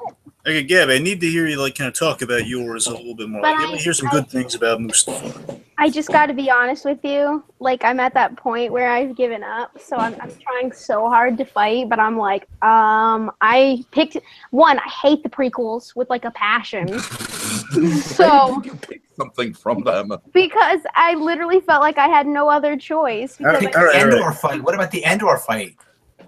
Okay, hold it. Let me. Okay, is everyone okay? I pretty much said my piece. So am I. Yeah, and I've given up. So just throw me on the board. All right. Well, does everyone feel Gabby had a fair shot at it? No, I think Gabby should have gotten the original. I think I genuinely believe her when she said she meant to say the original. I did. I genuinely believe you when you say that, Gabby. So that's kind of why. That's the only reason I'm a little conflicted. Right, I'm just gonna Yeah. be blunt with you guys. I'm going through a lot of stress and emotional pain like this past couple of weeks. So when How I I feel worse. no, hold on, just let me explain the reason why I brought this up. So when I go through something that's really hard for me, it's really hard for me to pay attention and to stand my ground on something or to be very dedicated in something because I literally just feel like I want to die. So if I've been a little kind of emotionless throughout this whole debate, it's just because I'm going through a lot right now. So I'm having a hard time. Aw.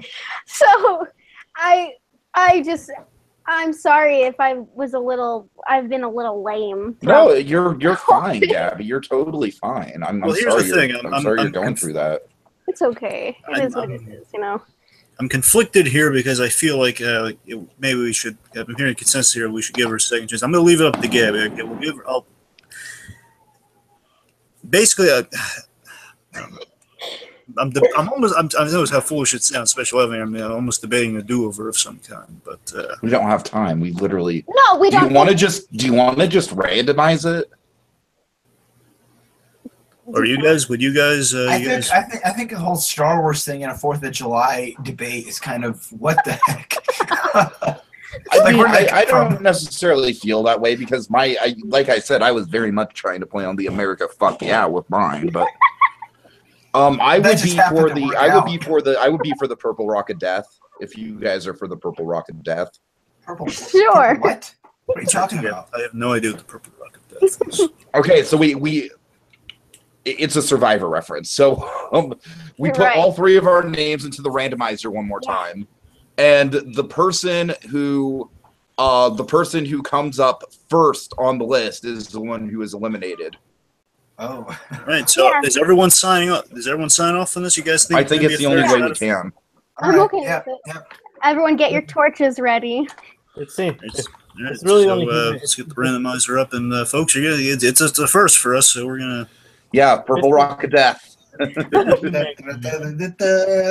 that mean we get to show our faces writing each other's names and God. talk about why we think they should be eliminated? No, we're not going to be that cold about it. I just want to say, Survivor just the fact that it's come to this just speaks volumes that this has been a really competitive debate. So, Gabby, you have nothing to feel bad about in regards to your performance. I really do feel bad because I feel like I could have done so much better. No, I think all 3 of us. I think all 3 of us have kicked ass tonight. I really do. So, all right, you guys ready for this? All right, folks. It's gonna be In so 1, 2, 3. Oh, I know. Oh shit! Damn it! Tiki has been eliminated, so Sandy and Gabby go to a speed round. All right, well, I get to control the stopwatch then, and I don't have to worry about it. So, Oh my god! I think this might be the first time that I've debated and haven't made it to the speed round. Ooh. Well, not by winning, just by randomizer. Right. So. Yeah. Oh god. Oh, it's priceless. Okay, so just to tell the folks at home where we're doing the speed round this time, we're going to cut out the rebuttal. So what we're going to do is just 50 for 50 states. It's going to be 30-second opening and 20-second rebuttal. All right. Okay. Yay. Okay, so 30-20. Everyone got that? Yep. Mm-hmm. Okay. Wait. I'm sorry, Dragon. One thing. Yeah. Is it 1-1? Is that the score? It is. Yes, it is. Okay. It is 1-1. Yes. Wow. Okay. Anyone's game. Yay. How many speed rounds? 5? 5. All right. Okay. Okay. Best Sam Eagle appearance in a Muppet movie. Oh god. Who's Sam? Oh, it's Sam the Eagle. Okay. Hey, I the Patriotic Eagle. Weirdos. So in a Muppet movie, you got to use an example. You got to use which Muppet movie best used Sam Eagle. Whoever speaks first must go first. I'm gonna take the Pirates. Okay, so Treasure Island. Yeah. It. Hmm. I loved his role in that movie. Okay. There's a choice here for me that's very obvious, but I won't say what it is. I know what I would choose. I'm just gonna be blunt with you guys, and don't judge me too hard. But I've never seen any of the Muppet movies. Oh, I'm feeling Wow. so much judgment, but I'm holding can it. I just jump in and fight for Gabby? Actually, that would be a good idea. Will that be allowed? Because I've It- never it- seen any of them. If Jacob says yes, it's allowed. Jacob, what do you? Okay. I don't see why not. All right. Okay, let's go. Muppets Most Wanted. Okay. That's what I was gonna pick. That was what I was also going to pick, but I'm not fighting. So That's why I definitely would have picked Muppets Most Wanted. Thank Okay. you, Piggy, for okay, so Sandy, you course, go of first. Remember, 30-second opener, then 20-second rebuttal. Okay, Sandy, go 30-second opener. Whenever you speak, whenever you want to start. Yeah.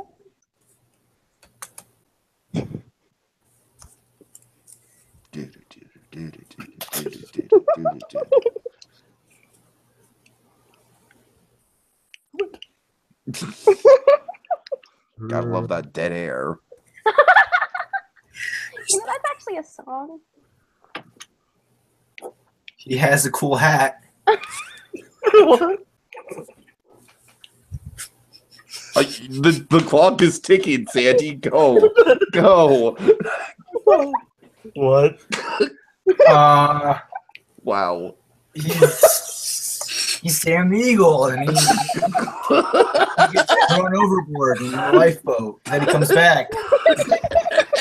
His character's there. What? My confidence is completely shattered now that I'm dealing with someone who's actually familiar with Muppet movies. Look at him go. I'm sorry, I'm running lifeboat in my notes here. Okay. Talking about Treasure Island? Yes. Okay.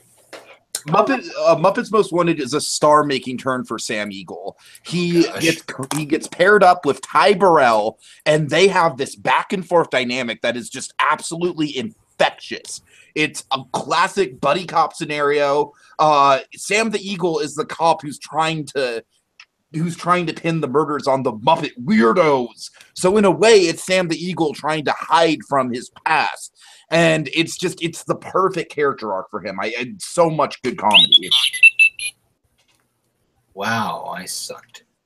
Well, you got 20 seconds to fix it all. No pressure.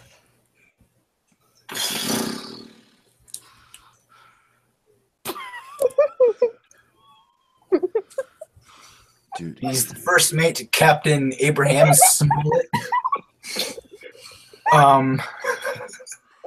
Smollett, you gotta enjoy that name, Smollett.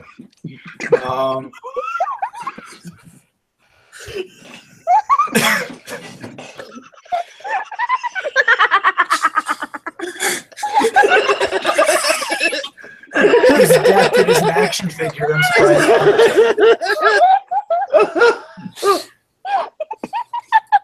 All right. Okay. Yeah, I mean, just be glad he's not fighting for you. I'm sorry. Hey. I'm just I'm gonna be cocky and literally only use 5 seconds of my time. Oh well, thank you. We're just gonna let the clock move down. What do you mean up? Sam the Eagle is a sidekick in Muppet Treasure Island and Muppets Most Wanted. He's a whole subplot.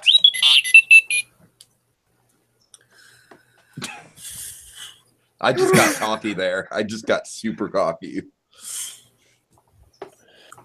Well, with Sandy's point, Wow, we're really gonna go there. We're really gonna go there, Dragon.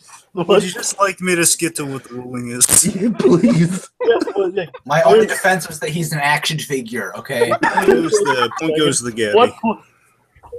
You're welcome, Gabby. Thank you very I mean, much. I didn't have to try very hard. But No, I will forever be in your disc. Like I said, Dragon, what point did he make? oh man, oh man, wow. Yeah, it probably makes more of a point. I was going to say saying he what one opened point by was. describing him aesthetically with the hat. That was going to be. See, guys, I have. This is very, very embarrassing. I'm going to actually turn it over again. Jacob's going to have to put on the captain's hat here for a moment because I'm going to give the question, and Jacob's going to take us through, and I will be back ASAP. Okay. Very sorry. Okay, so which Disney character would make the best Uncle Sam poster? Okay, this round's all on Jacob. Jacob, it's on you. Take captain's hat. Okay, good luck. Okay. Uncle Sam? So basically, an "I want you," Oh God. like a recruitment poster. Oh God. I have an idea, but I hate that character so much, so I'm not even gonna list it. Which one is it? I'm not gonna tell you because then you're gonna use it. What? I already know which one I'm using. Then say it. I'm just kidding. I actually don't. All right, come on, guys.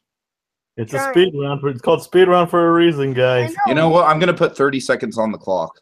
Oh, are you really? Yeah, I Yeah, know I'm not. I mean, I know I'm that's not. how it works on movie fights, and we need to speed this thing up. So, That's very I true. mean, Okay, I know I'm not. I'll go with Genie. Genie, okay. Gabby, I'll go with Mulan. Genie versus Mulan. Okay, those are two solid choices. That makes sense. All right, Okay. Ezra, you spoke first, so 30 seconds whenever you're ready. Oh crap! All right, Sandy, you go first. Ready when you're ready. Here we go again.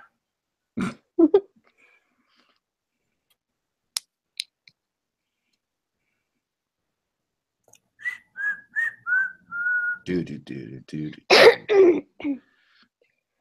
You never had a friend like me.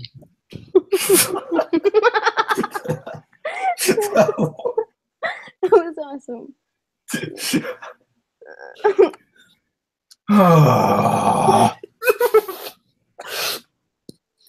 Come on, Sandy.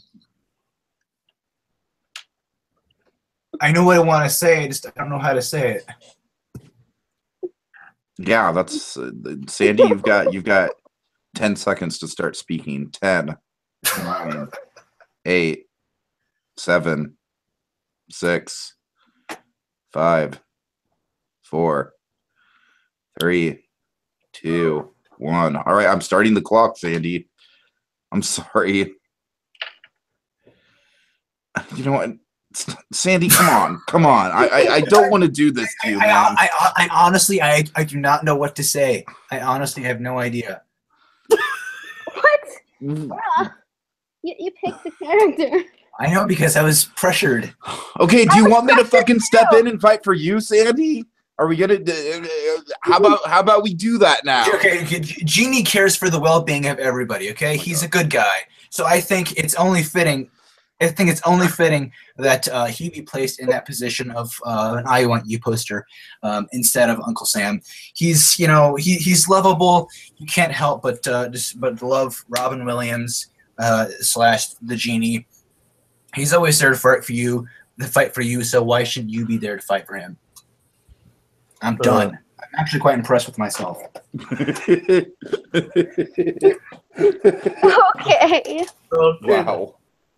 All right. So, Mulan, obviously, we know she fought in the war, so we already know where she's coming from. She is a self-confident, independent woman who not only does she care for people, but she obviously saved China, so she obviously has a care for her country. So I think Mulan would actually make a perfect Uncle Sam.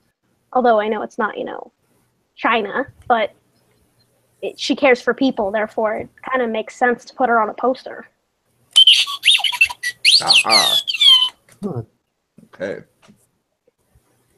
Sandy, 20-second rebuttal. Oh snap. Okay. Genie cares about everybody. He doesn't just care for China. Okay. Genie probably doesn't even know what China is. He loves America. And he loves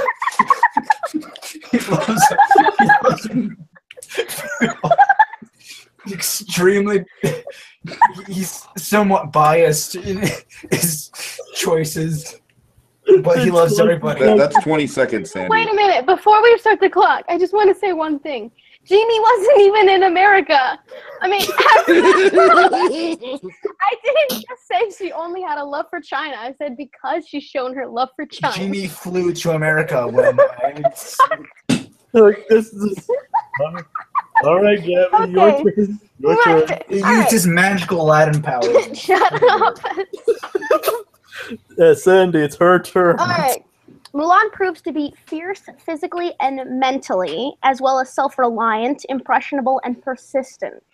So she has lots of strength and agility. Therefore, she would actually make a perfect role model for America, or for a "We Want You" kind of poster. And plus, she's a woman, so it kind of makes it more badass. Okay, 20 seconds. Okay. Okay, Jacob, how you coming down on it? I have some opinions too.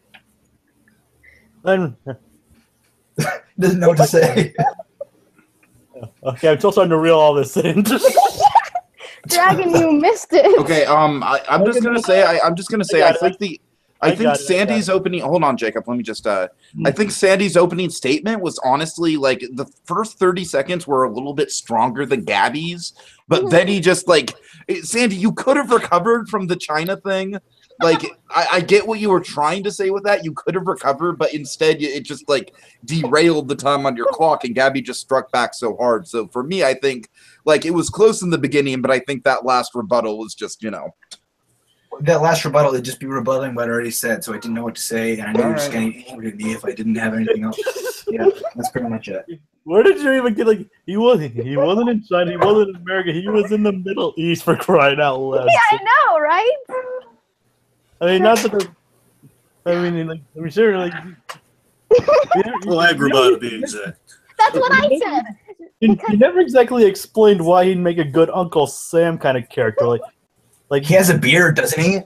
Does Mulan I mean, have a beard? I do think Sandy did have some good points where like Genie's approachable. Genie's kind of the guy you want to, you would kind of like follow Genie into battle. He's a fun guy. He is kind of like, as we were talking about with the propaganda debate, you know what I mean? Like you want a fun character. Yeah, he has a big chin and a twisty beard. How could you not love that? Right. But as I said, Sandy, I'm sorry, but the whole China thing just sunk your argument. yeah, but It sent the whole thing off a cliff. We know that the genie's been globetrotting. That's all I caught the. Sorry.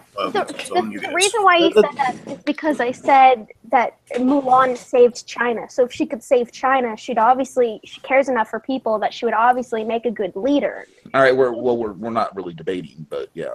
No, I was telling Dragon what he. Okay. No. I get I was there for like the rebuttals. Well, Oh, okay. I didn't caught the know. ending of the opening statements. Jacob. Jacob, what you got? in short, Gabby definitely made the better arguments as to why it would make sense for Mulan to be more of a Uncle Sam kind of character. I mean, like someone with personal experience. I mean, Uncle Sam himself is a fictional character.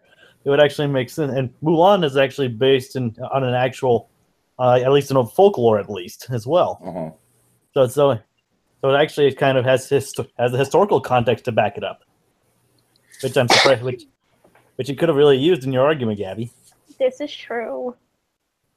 But I still have to give her the point. Okay.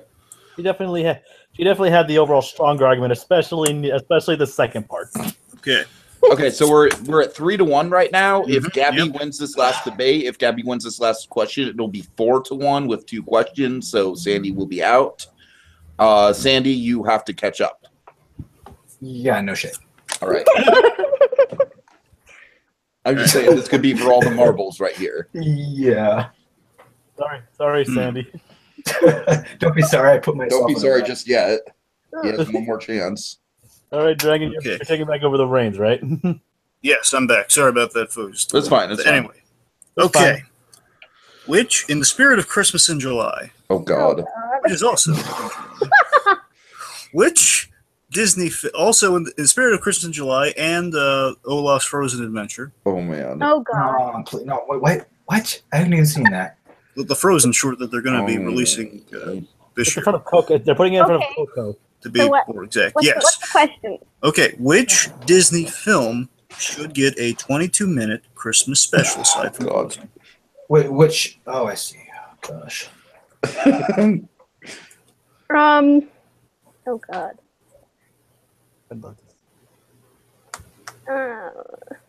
Do you mean just any Disney film, or does it have to be recent? No, any Disney film. I think the thing I'm stuck on is some of them already have. Well, sure, anyone that find a non-pre-existing Christmas special. Again, like not Frozen, which has already gotten one. So like any Or like again, Toy 22-minute Story. Christmas special. Well, yeah, Toy Story and Frozen are off the table. Yeah. Well, maybe I think Toy Story would be off the table anyways because it's Pixar, right? Well, I'm saying anything under the Disney banner, which Disney Pixar is. This is kind. I'm just gonna be blunt with you guys. This is Does it kind mean of Star Wars is off the table too? Sure, what? Does that mean Star Wars is off the table too? No Star Wars, no Marvel. I'm just gonna be blunt with you guys. I think this is gonna be a hard one though because like there's a bunch of Mickey Christmas ones. There's Princess Christmas ones. Yeah, you can't really debate something without going into a full-fledged pitch. I mean, you know what I mean? Well, I'm just saying, like, which film? You don't have to tell me, like, which film has like the more potential for that. I guess that's more to be more specific. Oh, okay. I need a pitch necessarily. Just like which film should. Yeah, get you one, guys don't like have Frozen time got to do a pitch. Yeah, I know. That's what I said. That's why I said that. Yeah. Yeah. I'm just trying to think of a character that hasn't already done a Christmas special. Ooh, Jungle Book. Okay, there you go. There you go. Okay. Interesting choice. Oh wait, live action or animated? Animated. Okay. Ooh, Mary Poppins. Live action. Oh man. Oh. Live action. Okay. Those are Okay. I thought Mary Poppins was live action. It is. I'm saying it'd be a live action Christmas special. Okay. Okay. both very interesting choices. Ezra, can I clarify something with you before we get into it? What? Is this going to be like something like hypothetically from the 60s, or is it going to be like? Well, let's say this was in 1965 or 1966. So it's not connected to Mary Poppins Returns. It's connected to the original film. Okay, Yes. I just wanted to clarify that. So we're doing a little time travel. Okay, Yes. cool. Whenever you're ready, Gabby. Yay. Oh, crap. I picked a sucky one. God. Okay. I did. I just couldn't think of a good answer. All right. Well, defending something shitty. Isn't it that bad? Okay, so for the Jungle Book, I mean, you can have a cute little scene where, they're celebrating Christmas in the rainforest, and you've got Baloo, and, you've got all the other random characters, because I don't remember all their names. Okay, wait, here we go. Okay, you've got, King Louie not being a dick. What? All hanging Christmas gifts and... That is still not what I meant. Damn it. Man. Now you know how Sandy felt last time. No, honestly, this was a hard one because, like I said, there's a lot of Disney Christmas specials. So I was trying to think of one that didn't have one. When you're ready, Sandy. Yeah, I guess.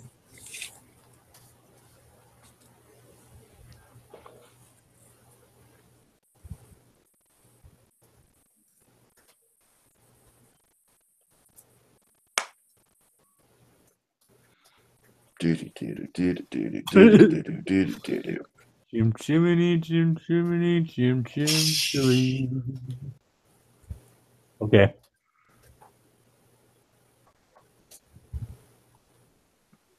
I think the whole Banks family household Christmas party with the family has a lot of potential.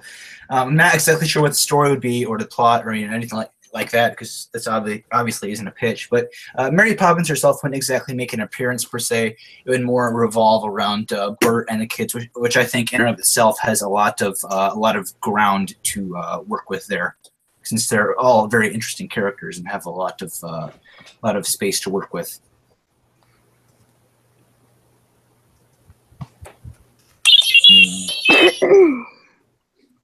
Jungle Book, for a Jungle Book Christmas special. You could have Baloo, Mowgli, King Louie, all of them just gathering around together, saying Christmas stories and roasting quote unquote chestnuts or whatever they have in the jungle. Then handing each other Christmas gifts, hanging up decorations. It all being wonderful and Christmassy.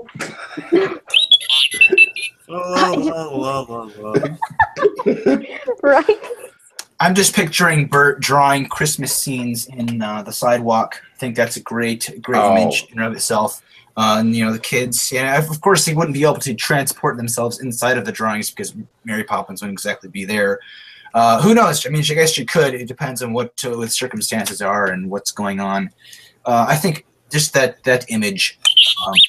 I guess I'm done now. I gotta say, Sandy really sold me on the Christmas chalk art. That was, oh man, that was a good selling point, Sandy. Hi. Thank you. Jacob? I have to agree on that one. I do think that Sandy had the better argument. Yeah. Obviously. Actually, I really want to see that happen now. I know, right?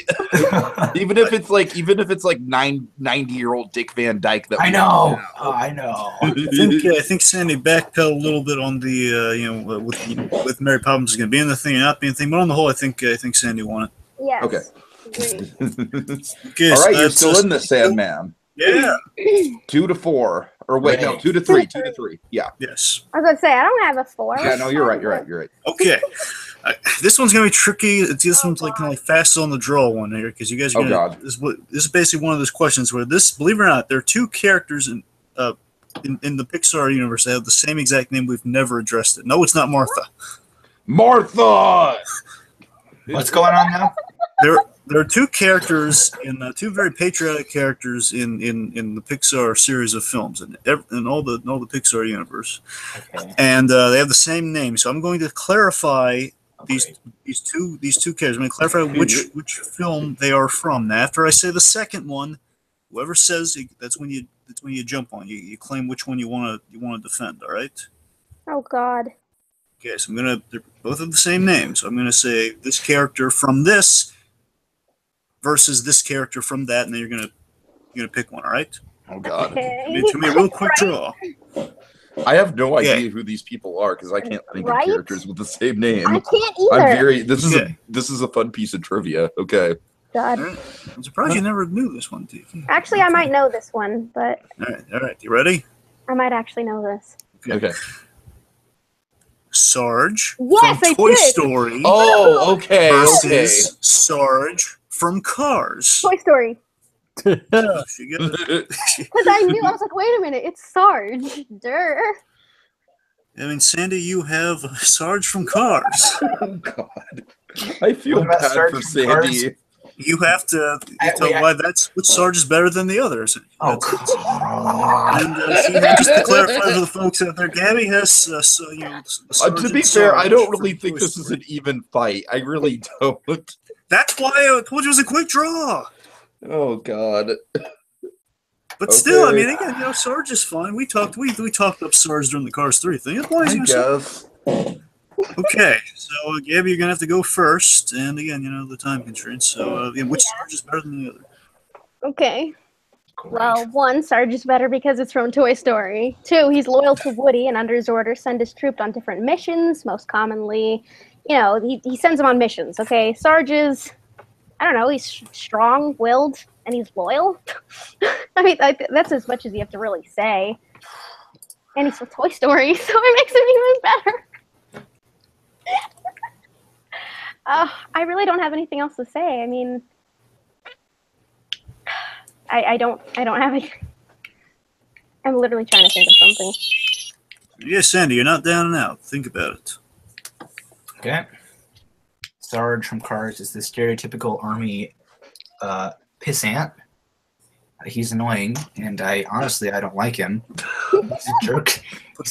He's a jerk to everybody, and he's there just to be another car.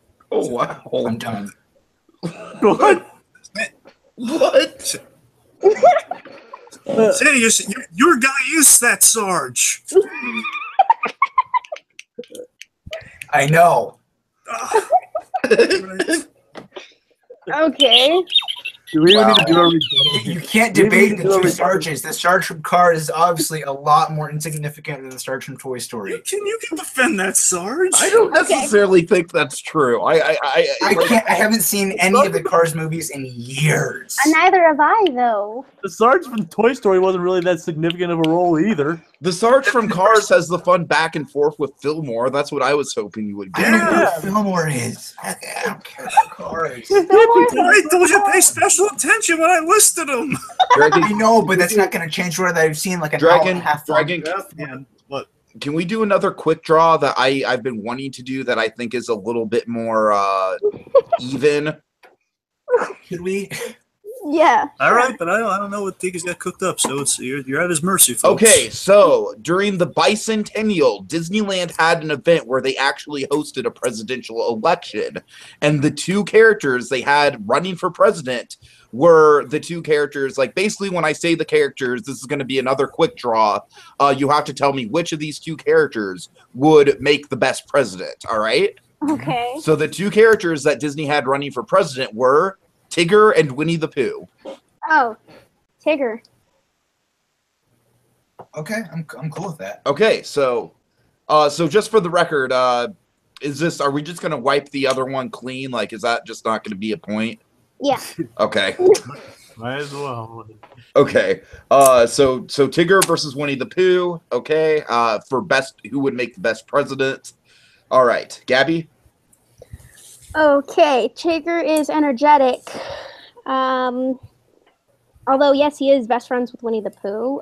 He is the most eccentric member.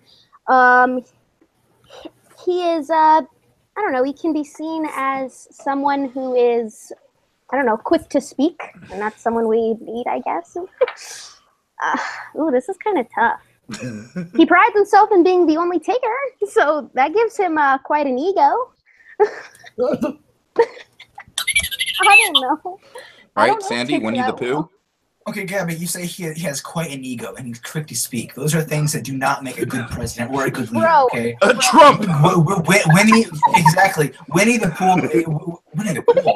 Pooh is calm. He's collected. He is a leader. He's the Winnie the star of his own Pooh. cartoon. Okay.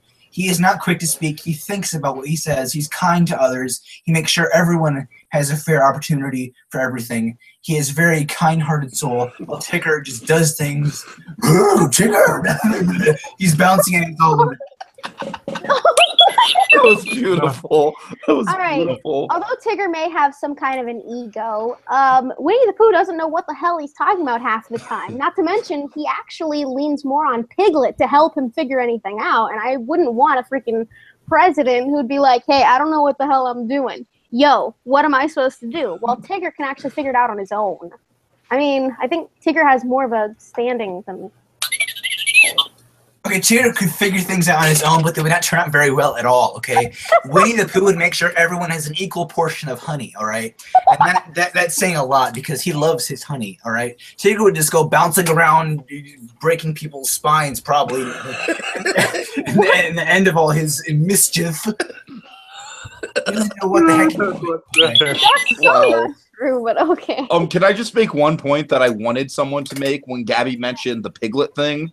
Yeah, every president needs a good vice president. Piglet would make an awesome vice president. I'm sorry, I got stuck on Pigwit. Well, Gabby, Gabby, you Sandy, you didn't say that. I made I was that just point, about to so say, I don't. Sandy, you didn't say that, so... Yeah, I just want to say for the record, like, Sandy, I'm just pointing that out. Like, that shouldn't count towards your argument, but, you know, I'm just pointing it out. Piglet would make an awesome vice president. Hey, Jacob, what are you coming This was down not on? an easy one. Then, frankly, I think, man, like, though they both did raise some good points, I think, actually, maybe Sandy, I think, I mean...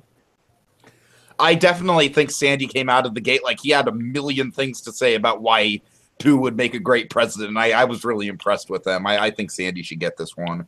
Yes, I have to go with Sandy. Agreed. All right. Wow, just keeps going like the Energizer Bunny. Dragon, it's up to you. Yeah, I mean, I agree with those No, I points. think, yes, I'd say, I think he agrees. Yeah. Okay, so it is 3-4 with 3-3. 1 point left. 3-3. 3-3. 3-3. Oh, it is. You're right. Okay, Yes. so we should make this the final round then. Okay. Yep. Okay, I got 2 doozies of questions to pick from here. Oh, so, God. boy. Ah, jeez. Can That's you your give us the response to theme of the everything. question and we can decide, Dragon? Make it good, Dragon. You want to put it to a vote? You want to? Yeah, I kind of just want to hear the 2 questions and then put it to a vote. Yeah. Probably All good. right. Okay, here are your options. Which Disney film is the American classic? Oh, God. Oh, man. What the hell? That's not Strong wording there. Oh, man. Right? Or this is like another pick between these characters type question. Best red, white, and blue character between these 2. Should I divulge which 2? Yes. Yeah, I mean, we have to vote on it, so. Smee or the genie? Oh. What the fuck? I don't think that's a fair fight between Smee and the genie. I think the genie is a much I love Smee, Genie but would win. I'm yeah, sorry. yeah. Genie would win. I think you guys should go with the American classic. What But Disney film? Just to be blunt with you, I mean, what defines it as the American classic? Yeah, Dragon, just clarify that. Clarify that. What are you looking for Yes, with be that? blunt with us, Dragon. Be blunt with us. Which is the kind of the feel good, the feel good. Like this is like when you want to show kind of the. I think I have a good way to A sum lot of this them up. are feel good. Okay, I have a good They all way to feel sum good. this up. I have a good way to sum this up. If Okay. any Disney film should be in like the American history books is like an example of like above all else like what Walt Disney and his work accomplished Like, for which is the America. apple pie movie? Which is Yeah. when you summarize like all the great points of America, you have to like pick one for Disney. Like Disney's like a Time magazine cover. Which one are you going for? Oh, this sucks, because I know the one I'll pick, and you're just going to fail epically. What? I think of Snow White. Oh, yeah. Yeah. Yeah, I mean, but that's what I think of, because it was... Hold on. Is that your official, your pick, your official pick? Sure, I mean, whatever. It is what it is. All right, Um, it's on you, Sandy. I'm gonna go with Alice in Wonderland. Oh man. Okay. Are you sure? Are you Yeah. sure, Sandy? It's like okay. I know a lot about it. I know a lot of the history behind it. All Okay. right. Surprised, Oh, Gabby boy. didn't go with Peter Pan, to be quite honest. But okay. Well, it's not... It doesn't really seem... Honestly, the problem with Alice and Peter Pan is that they're both very British. all right. That's exactly what I was going to say. I was like, that's not... Okay, American. don't. You're arming me, Tiki. Don't arm me. Okay, you guys said this was the icing on the Disney cake, not on American cake. Actually, no. It's he actually made it to the point where it was what is the American Time magazine. So Yeah. Oh, You might want to rethink that one, Sandy. darn it. Okay. that's why I was like Peter Pan. Nah. Heck, technically, Snow White's German. Technically. Dumbo. Don't. What are you doing? Actually, yeah, Dumbo. Okay, yeah, great. She already picked Snow White. She's gonna stick with Snow White. No, it's German. I forgot. I'm making Sandy on. That's what I'm doing. I know what you're doing. Don't stop it. I'm just kidding. I didn't really mean anything. Snow White. I didn't really mean anything by that, Gabby. Okay, No, we're looking I'm at the end fine- result, I'm not the. fine not with- the- Like, the- I'm Little fine Mermaid with is staying with Snow White. It's okay. like Little Mermaid is like what Danish and Aladdin is from. Look, we're not going to look at the exact roots of the fairy tales, all right? We're just going to look at the end result, what made it to the screens, all right? I'm sorry, but that was fun. I'm just saying. I'm just saying. With Alice and Peter Pan, there is kind of a difference because like the culture is very much rooted in both Peter those Pan, stories. yes, because it is very English, yes. Yeah. And Alice as well. Alice is I'm like just gonna stick with iconically Snow British. White. It's okay. Okay, so Sandy, it's your call if you want a second chance. Yes, I want a second chance. Give me 1 second though. I gotta browse. Oh, To Wikipedia you go. that's literally what he's going to be doing. Yep. Ooh, I see. For the record, I don't approve of this method. Why We're not? gonna go to Wikipedia. Shouldn't go to Wikipedia, it's cheating. Why is it cheating? Well, I'm saying you should know what, any We Disney don't- film. I don't necessarily think that's cheating. All right. I'm seeing what my options are. Yeah. I mean, if you were to go to Wikipedia to like check facts in the middle of an argument, I think that'd be one thing. Mm-hmm. I'm gonna go with Bambi. Oh, okay. Ooh, interesting. Is that your final answer? That's my final answer. Okay. Wow. Oh yeah. Okay, Snow White versus Bambi. Can I just Gabby? say I would have just absolutely 100% chosen Dumbo. Yes, we know. Probably would have been Dumbo versus Pinocchio for me, but yeah, it's, because The malt showdown. yeah. I haven't seen Dumbo in a long time, so Oh, it's Dumbo. only and the fun and the only reason he's probably going to go with Dumbo is because Dumbo actually was planned to be on the Time cover, but Pearl Harbor unfortunately I was so afraid when I mentioned the time. I felt so. Oh man, I gave it away what he should have picked with the time. Yeah. All right. Yeah, Freak but it. sadly, other things happened. I mean, All right, guys. Let's crack this out. Let's crack this out. All right. Gabby's first, I guess. Yay! So the reason why I picked Snow White is because it was Walt Disney's very first film, and it was such a huge success. So when you think of, American or whatever, I mean, obviously Walt Disney does come into mind because Walt Disney plays a huge factor, but Snow White comes in mind as well because it was the very first animated film that he had made. So that's honestly the reason why I picked it and why I thought of it. Not to mention it's got amazing scores and blah, blah, blah. Blah, blah, blah. Yeah, blah, blah, blah. That's part of my answer. Bambi is just such a beautifully animated. It's subtle. There's a lot of drama that goes on with it, but it all keeps its subtle nature about a young deer's life in the forest, growing up with his animal buddies. I think it all has a lot of Disney charm to it, but it also has a lot of realistic elements that I think are what make up any good film. I think any film needs that, whether it's fantasy or live action or whatever it may be. I think that's why Bambi really takes the cake with that. I also think Snow White is more American than Bambi because the film was deemed, it was culturally, historically, and aesthetically significant. So it was the highest grossing sound film at the time. And like I said, I really think that when you think of America, you think of Walt Disney, you think of Snow White. And the only reason Snow White was so successful was because people were blown away that they could be intrigued and entertained by a long animated movie like that. Not necessarily because the writing was amazing or the characters were great. It was only because it was the first animated full-length movie. Bambi, on the other hand, has its own thing going, has its own pacing, has its own style of things. Okay. I tell you, I was really. I feel Sandy was just about to get into it, right about to get into something, and then the time ran out on. But I was really hoping to hear, take each other down. I didn't really have any shots really at the other one, except for I guess vaguely, it was one's more American than the other. Is by Gabby. It's a tough one. We have, I guess, it's really a debate of it's the history of it, which again kind of fits into the American classic. Why it would be the, but Sandy, on the other hand, he pointed out a lot of great qualities of Bambi, which I think Gabby just barely scratched the surface on. So it's really tough. What are you guys thinking?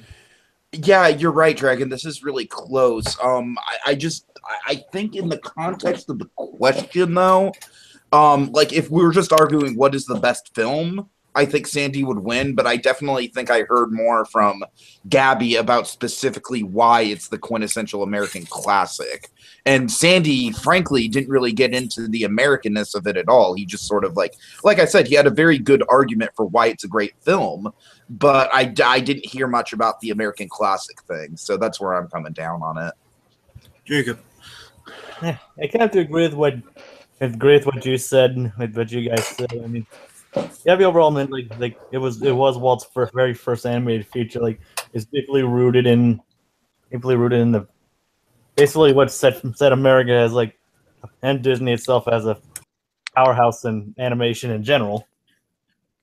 And basically, we wouldn't have any of the animated films we have today if it wasn't for the determination of Walt and his crew for Snow White.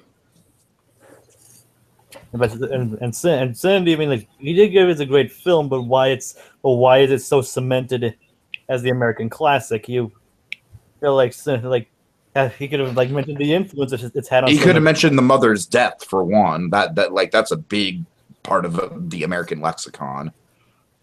He could have like mentioned like the effect it's had on many people, like how it's like Mhm. made many people like into animal rights activists in a way. Bubby's mom, she's dead. All right. All right. What? That's some It's Animaniacs. Animaniacs, Sandy. Yeah, that's You uncultured swine. Animaniacs. Sorry. Slappy. I have to go with Gabby on this one again. All right, well, here's I'm gonna make the final rule, and then it was really close. And while I think Sandy had, I do think Sandy had a lot more. He talked more about his movie, less than the kind of the cultural impact. But the question was about the cultural impact, so I got to give it to Gabby. Gabby won. Yay! So that means that Gabby and I are tied up once again. 2 victories apiece. Okay. Oh, and Sandy, you've graduated from dancing monkey to dancing idiotic lawyer. So you're moving up in the world. I guess the next move would be Saul Goodman for Sandy, wouldn't it? Right, yeah. I feel like with that last question, I actually could have gotten more with the fact that it had such a cultural impact that, we have theme park attractions based on Snow White, video games, and even a freaking Broadway musical. Bambi, not so much. No, Bambi, not so much. But Except Bumby's mom from Animaniacs. Yes. Which is not really one of Slappy's strongest shorts anyway. No. Oh, So Gabby, you're basically one of just taking Slappy's my stronger whole shorts, right? but I don't want to get into that. We have to wrap this up, Dragon. Any last words? All right, folks, if we can take one thing away from today, it's that freedom comes at a price that many great men in history have paid for, so we can have fun like this. That's the big takeaway. We can have fun like this because great men, yes, they kind of put in the mindset of the 4th of July. So we can have this fun, and what we do on the 4th of July, we pay tribute to those men. So we must honor that always, and that's why we were able to have a great patriotic debate as we have had this evening. So God bless America. Yeah. Exactly. Operating an unregistered portal gun, radicalizing a summer, conspiring with a traitorous Rick. Oh. How do you plead? How is this a fair trial? Our lawyer is a Morty. It's not fair. You have no rights, and he's not a lawyer. We just keep him here because he's fun. Look at him go.